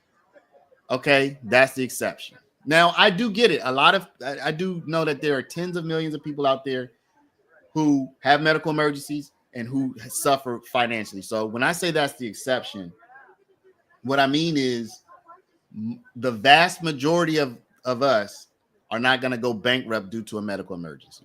Though it does happen, and it happens a lot, it's still not the norm. It's still not the most common outcome for you, though it is something to take into consideration. So I'm certainly not saying that doesn't happen. I'm not saying we should ignore it, but I'm saying it's still not the most likely outcome for anybody. Hello, Sparkle Thickness. That's an interesting name. So one medical emergency could do something, could bankrupt a family. That is correct. But it's not the most likely scenario for you, though it's possible. So I'm not negating that. But first you were talking about seniors. So I was really more focused on the person who had 50 years, 50. Yeah. So see, this is what happens when you start getting into like a debate with people who don't have, not saying we're debating, but they really don't have a leg to stand on, and they just start saying this kind of like little quips and stuff. Come on. That's not an argument. F the old people is not an argument. My contention is that I don't like grouping children with seniors because children and seniors are not even similar as it relates to healthcare. They're not in the same group. They're in two different groups. I never said that that seniors should not have any help. What I said is I don't like grouping seniors with children because children are just starting their lives. They haven't had an opportunity to do anything. And seniors have had a whole life to plan, to live, to work, to love, to everything. So I said I don't like the grouping. Never said F them. I just said that they're not in the same group. They're in the opposite group, right? So I never said that they shouldn't get any help. I just said that the grouping together doesn't make sense to me because they're not similar at all. They both get no, children do not get sick like seniors get sick, please. Nebby Debbie, they both get sick a lot and need to be cared for. They do know both need to be cared for, but they don't need to be cared for in a similar way. Children mostly just need to be left alone in the bed and they will literally just heal themselves mostly. Please don't come at me with, well, you know, this one kid, he had, okay, yes, there are serious illnesses among children. I know that. But most kids just need to be left in the bed and they'll get better. I do. I have 2 kids, Nettie Debbie, and one of my kids this morning told me she didn't feel good. She didn't want to go to school. You know where she is? She's at school. Okay, so Debbie, you're saying as a nurse, and we're going to look up this as a statistic. You're gonna claim right now. I'm gonna say this not as a nurse. I'm gonna say this not as a healthcare professional. I'm gonna just literally shoot my mouth off right now. I will say affirmatively that the cost and the level of personal attention needed to care for children as a group is nowhere close to the cost and the amount of personal attention needed to care for seniors. I will put that out there without any facts or stats, and then I'll look them up, and I'm sure it's going to agree with me. I'm sure it's going to agree with me. 100%. With the exception, perhaps, of babies that are born like premature and stuff like that. And with the exception of maybe babies that are, premature babies and that sort of thing, they're going to need a lot of, it's going to cost a lot. It's not going to still cost as much as seniors probably, but it's going to cost a lot. And they're going to need a lot of personal attention. But by the time you get one and you continue, why send my kid to school? Because she's not sick. Because she's not sick. She said she was sick, but she's not. So she went to school. So my point is, how do I know? Nettie Debbie, do you have kids? And if you do, would you know if your child is sick or not when they tell you that? I mean, how do I know? Because I know my child, because I've been with her for 11 years. Since she was a baby, since she popped out, I've been there every day. And I know her probably better than she knows herself. So that's how I know. Maybe you wouldn't know. Maybe you haven't. You're not there. You're not there with your child, but I'm certainly there with mine. So that's how I know. By knowing her, by living with her, by being her dad, by being there every day of her life, by having been her as a boy when I was 11. She's literally my little female clone. Everything she thinks, all of her attitudes, all of her complaints, all of her everything is me when I was 11. So guess what I did when I was 11? I said I was sick so I wouldn't have to go to school. I don't need there. You can't disagree with me. There is no disagreement. You can't disagree with me. Not on this. You can disagree with me on anything else, but you can't disagree with me about whether or not my daughter was sick this morning. You literally have no foot to stand on to disagree with me. You just can't disagree. I don't accept. I disagree with your disagreement. I disagree with your disagreement. Everybody's kid acts like they're sick so they won't have to go to school. Come on. Sometimes we just get off into like this weird world where, we're not living in reality. I don't know. Anyway, y'all, somebody said, everybody has done this. This is the oldest trick in the book. Everybody has done this. I don't feel good. Well, let me see. Not really that warm. Last night you were running around jumping. Yeah, but my throat hurts. You sure? What if I told you we were going to go to Disney World today? Would you want to go to Disney? What if I told you let's go to Fun Zone? Would you want to go to Fun Zone? What if I said let's go to the mall and buy all the stuff that you want to buy at the mall? Could you make it to the mall? Because you look like the type of person to me that could go to Disney, that could go to Fun Zone, and that could go to the mall. Guess what that type of person could do? They could go to school too. Now go to school. Now, if you couldn't make it to, if I look at you and I say, yo, this person couldn't even go to Disney today, then you can stay home. If you couldn't even go to Disney today, you can stay home. If you couldn't go to Fun Zone today, like, yo, I just don't even feel like Fun Zone, you can stay home. If you couldn't go to mall to buy all the stuff you want to buy, or Five Below or whatever, if you couldn't make it to Five Below, then you can stay home. Otherwise, go to school. You know, but if she was like nose running and coughing and sneezing and all this stuff, and I thought she might contaminate other kids also, you know, I wouldn't send her to school if she really looked like she had something she could give to other people. That's another thing. That's another thing. Hopefully something at school is stressful. Yesterday, she was under stress. My daughter she's on a cheerleading team. She was stressed yesterday morning. Oh, we have a pep rally. I'm so nervous. I'm so nervous. Now, you might say nervous isn't stress.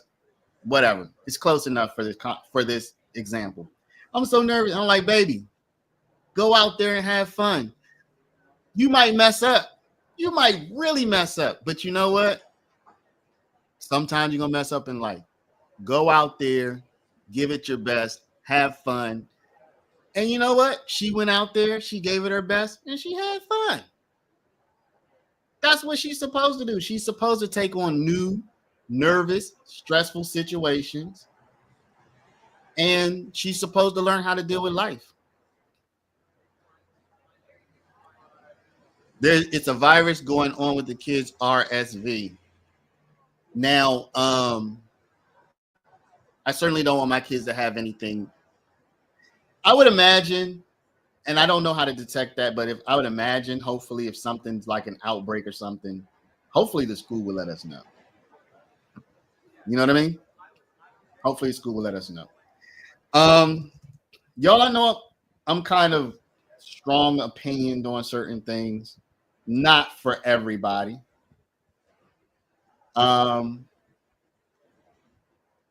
Whoa. Not for everybody, y'all.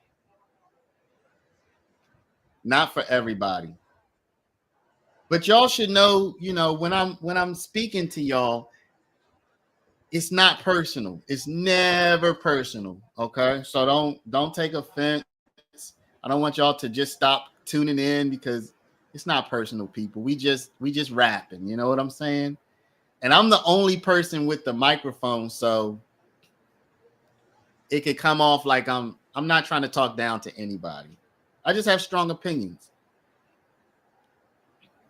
You know what I mean? I just have strong opinions. So I don't want, let me go back. Who is that? Southern Breeze.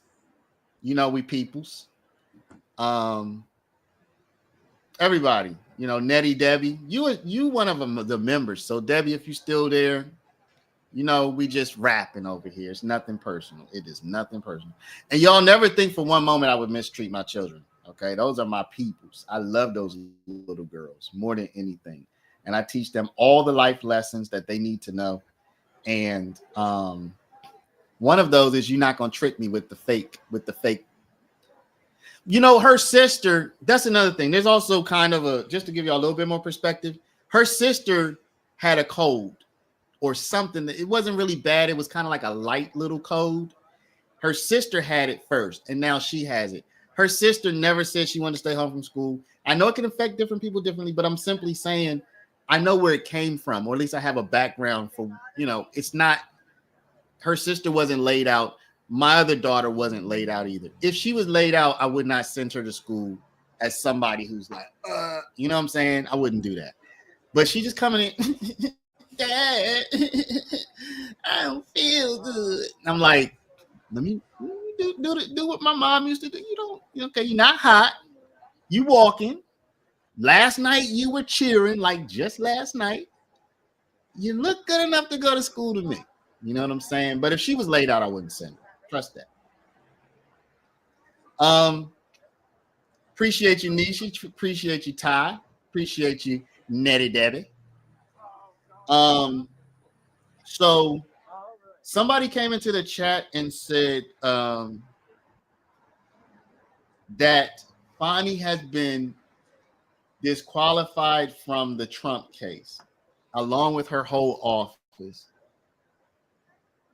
So I'm going to put this, let's just get rid of Luigi then. That was a nice background noise, though. Jeez. I like that nice background noise. All right, y'all, I'm going to take the comments off the screen because I'll probably clip this. Let me get rid of this. I'll probably clip this into a video, so I'm not going to be putting your comments up. Let me see if I can find a news report on this real quick, because this had to have been breaking news, I imagine. Cat Not Williams is up with it. Y'all, I would love to watch Cat. I'm going to have to ask Cat if we could just watch her stream sometimes. All right, so let me see. Fani, I'm going to see if there's Willis, if there's any news clip of it up yet. I kind of knew this was coming. Okay. All right. Let's go here. Hi, everyone. I'm Vladimir Jutit. We are watching all the news happening in the United States and around the world, but we're going to begin this morning with some breaking news. Fulton County District Attorney Fani Willis was just removed from the Georgia election interference case against President-elect Donald Trump. CBS News producer Jared Eggleston joins me now to talk about this. So, y'all, you know I will be just making brief comments. I won't talk that long, but how bad is it to be Fani today? You just lost the RICO case with not guilty on RICO, the only ones that went to trial. And now the Trump case, you're being disqualified. Jared, what are you learning about what happened just a few moments ago? Vlad, good morning. This is very breaking within the last 10 minutes, I would say. So we're still kind of processing this order. This was a 30-page order from the Georgia Court of Appeals saying that Fulton County District Attorney Fani Willis cannot continue to prosecute the former president and several other of his co-defendants in that case in Georgia. Now, all of this stemmed from a complaint filed earlier this year by one of the former president's co-defendants, Michael Roman, who alleged that Fulton County District Attorney... Y'all, I believe Michael Roman, isn't that Ashley Merchant's client? I believe he is. Y'all correct me if I'm wrong. Fani Willis had a relationship with the lead special prosecutor on the case, Nathan Wade. That sent this Fulton County case into a tailspin earlier this year. We had several days long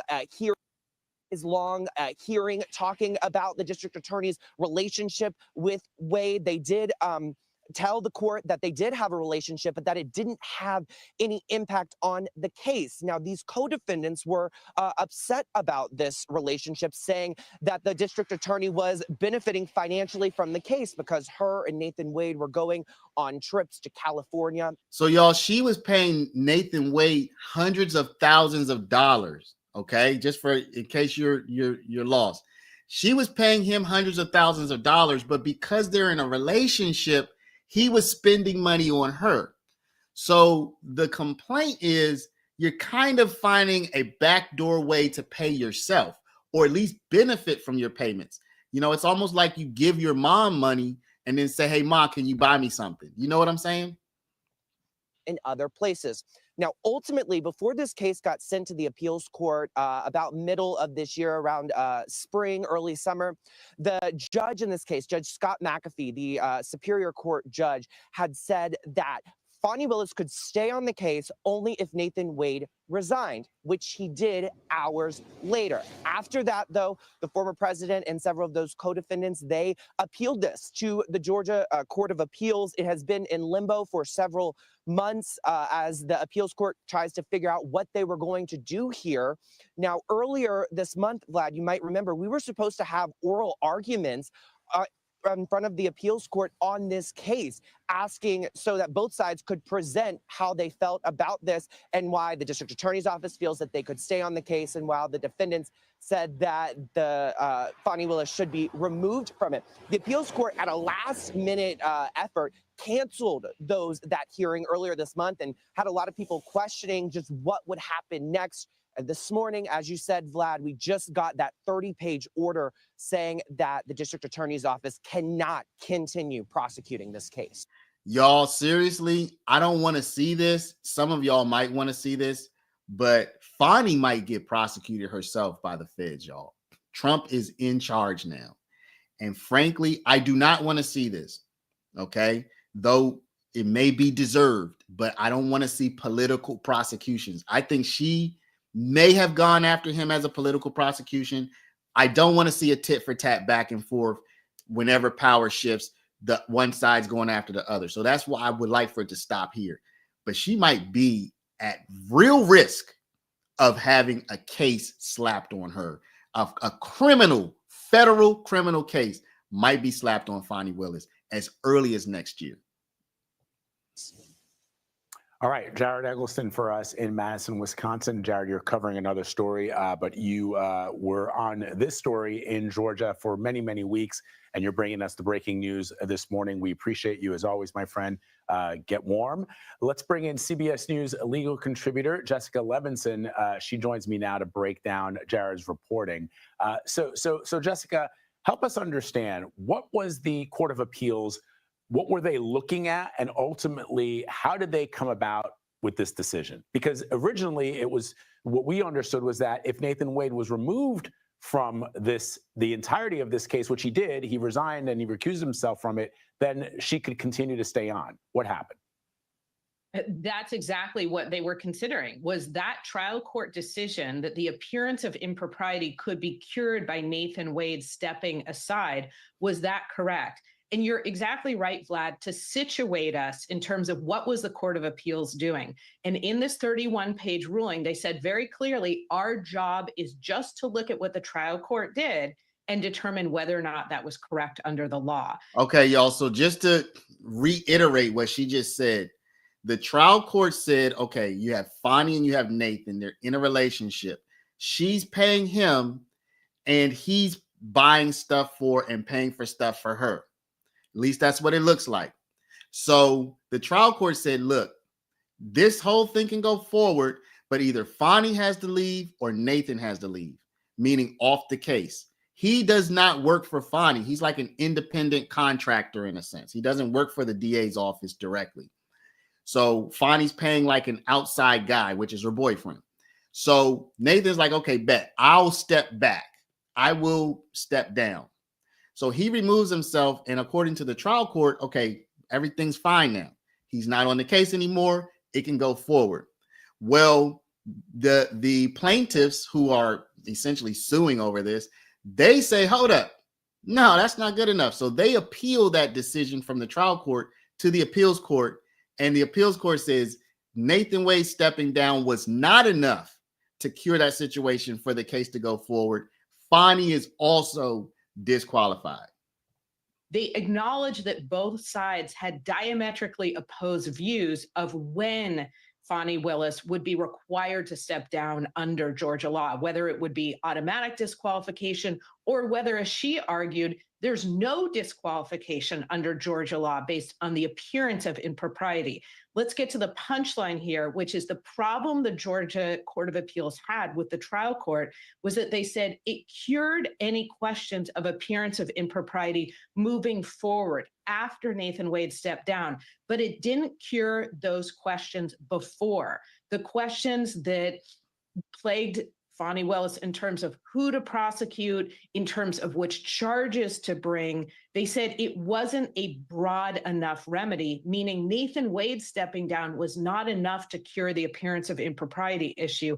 All right, y'all. So what she's saying is maybe going forward, now that Nathan Wade is not on the case, maybe him stepping down, it cures this issue going forward. But what about everything that happened up to the moment he stepped down?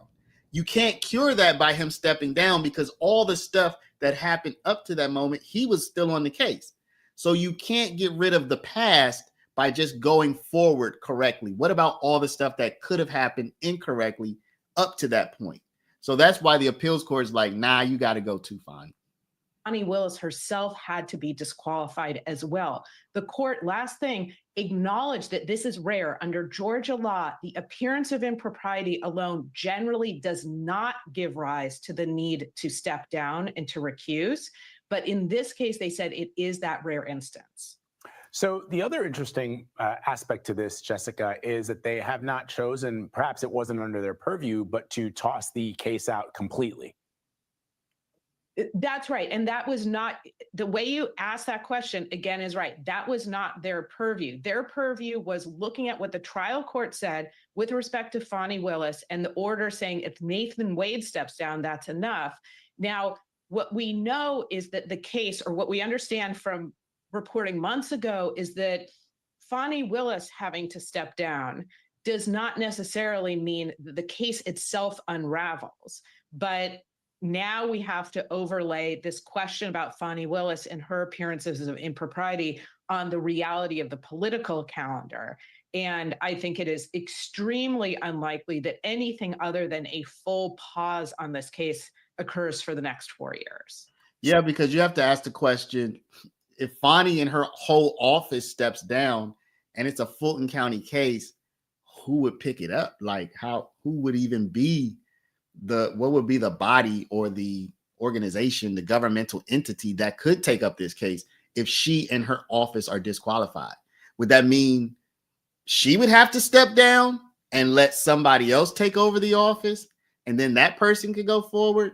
Like, I don't see how this case could go forward at all while Fani is still in her position, unless it were launched by a different county, unless she passed it on to a different county in Georgia, and if they had the same kind of standing.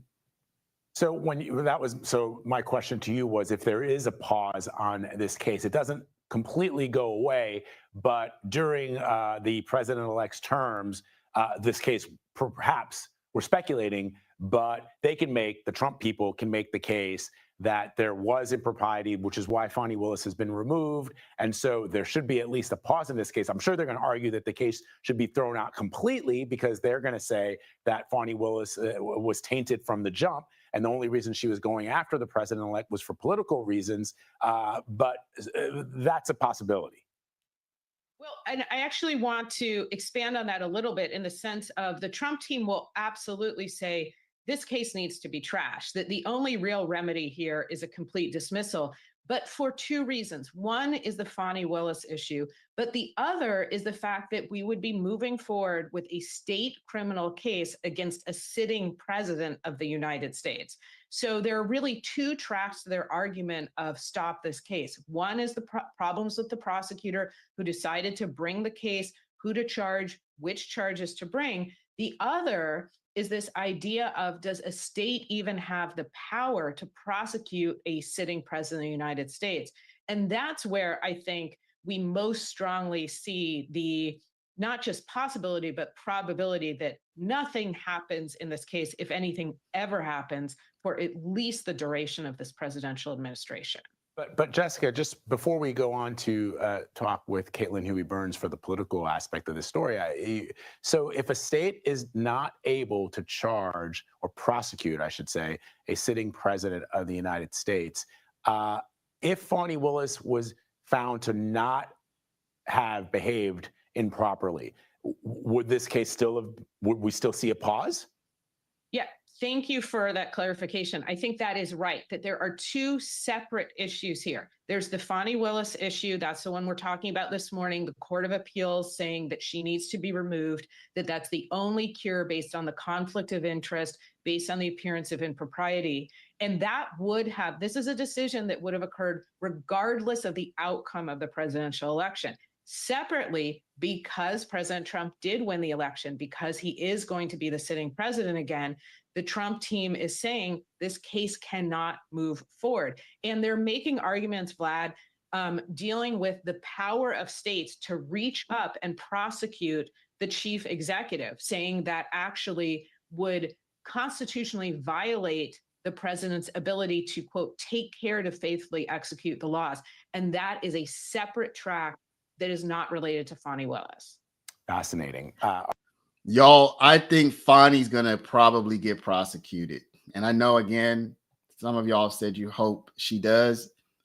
I don't hope against it because of her goodwill or her, well-being. I hope against it because you have to think once these sorts of genies get out the bottle, once these kind of cans are open, I should say, you don't want to be that kind of country where each political party is going after. They went after Trump, and they went after Trump legally. They being the Democrats, they went after him. I'm not a Democrat or Republican, by the way, but they went after the man. And now if he goes back after them, he might just have to take one for the team. I know people want to see him get some get back, but I mean, that can open up a whole series of political prosecutions, and I don't think anybody wants to see that. All right, Jessica, stand by. Okay. So, y'all, that's the end of that.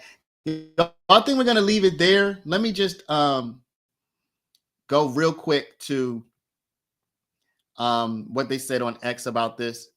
I'm going to read this. After carefully considering the trial court's findings in its order, we conclude that it erred by failing to disqualify DA Willis and her office. The remedy crafted by the trial court to prevent an ongoing appearance of impropriety did nothing to address the appearance of impropriety that existed at times when DA Willis was exercising her broad pretrial discretion about who to prosecute and what charges to bring. While we recognize that an appearance of impropriety generally is not enough to support disqualification, this is the rare case in which disqualification is mandated and no other remedy will suffice to restore public confidence in the integrity of these proceedings. That is what the appeal court said to Fani today. Fani is about to have major legal troubles in 2025. Fani is about to have major legal troubles in 2025. If she were smart, she would drop this case. If she were smart, she would reach out to the powers that be. She would say, look, how about I drop the case? Whatever beef you got with me, you drop it, and we'll just go our separate way. If she could work that out. Because I'm telling y'all, I've been saying I don't want it to happen, but I just have a feeling that they aren't going to stop. They're going to come after her and they're going to get her. When I say get her, I just mean make her life difficult. So y'all, I'm about to end this stream. Please hit the like button. Do it. Go ahead. And once we finish up, if y'all want to leave a comment in the comments, I'd appreciate it. But thank y'all for being on stream. Have a great day. It's been a great long stream today. Lots of rants by me. So if you like my rants, congratulations. You had plenty of them. And we'll see y'all back tomorrow morning. Y'all have an excellent day. Bye-bye.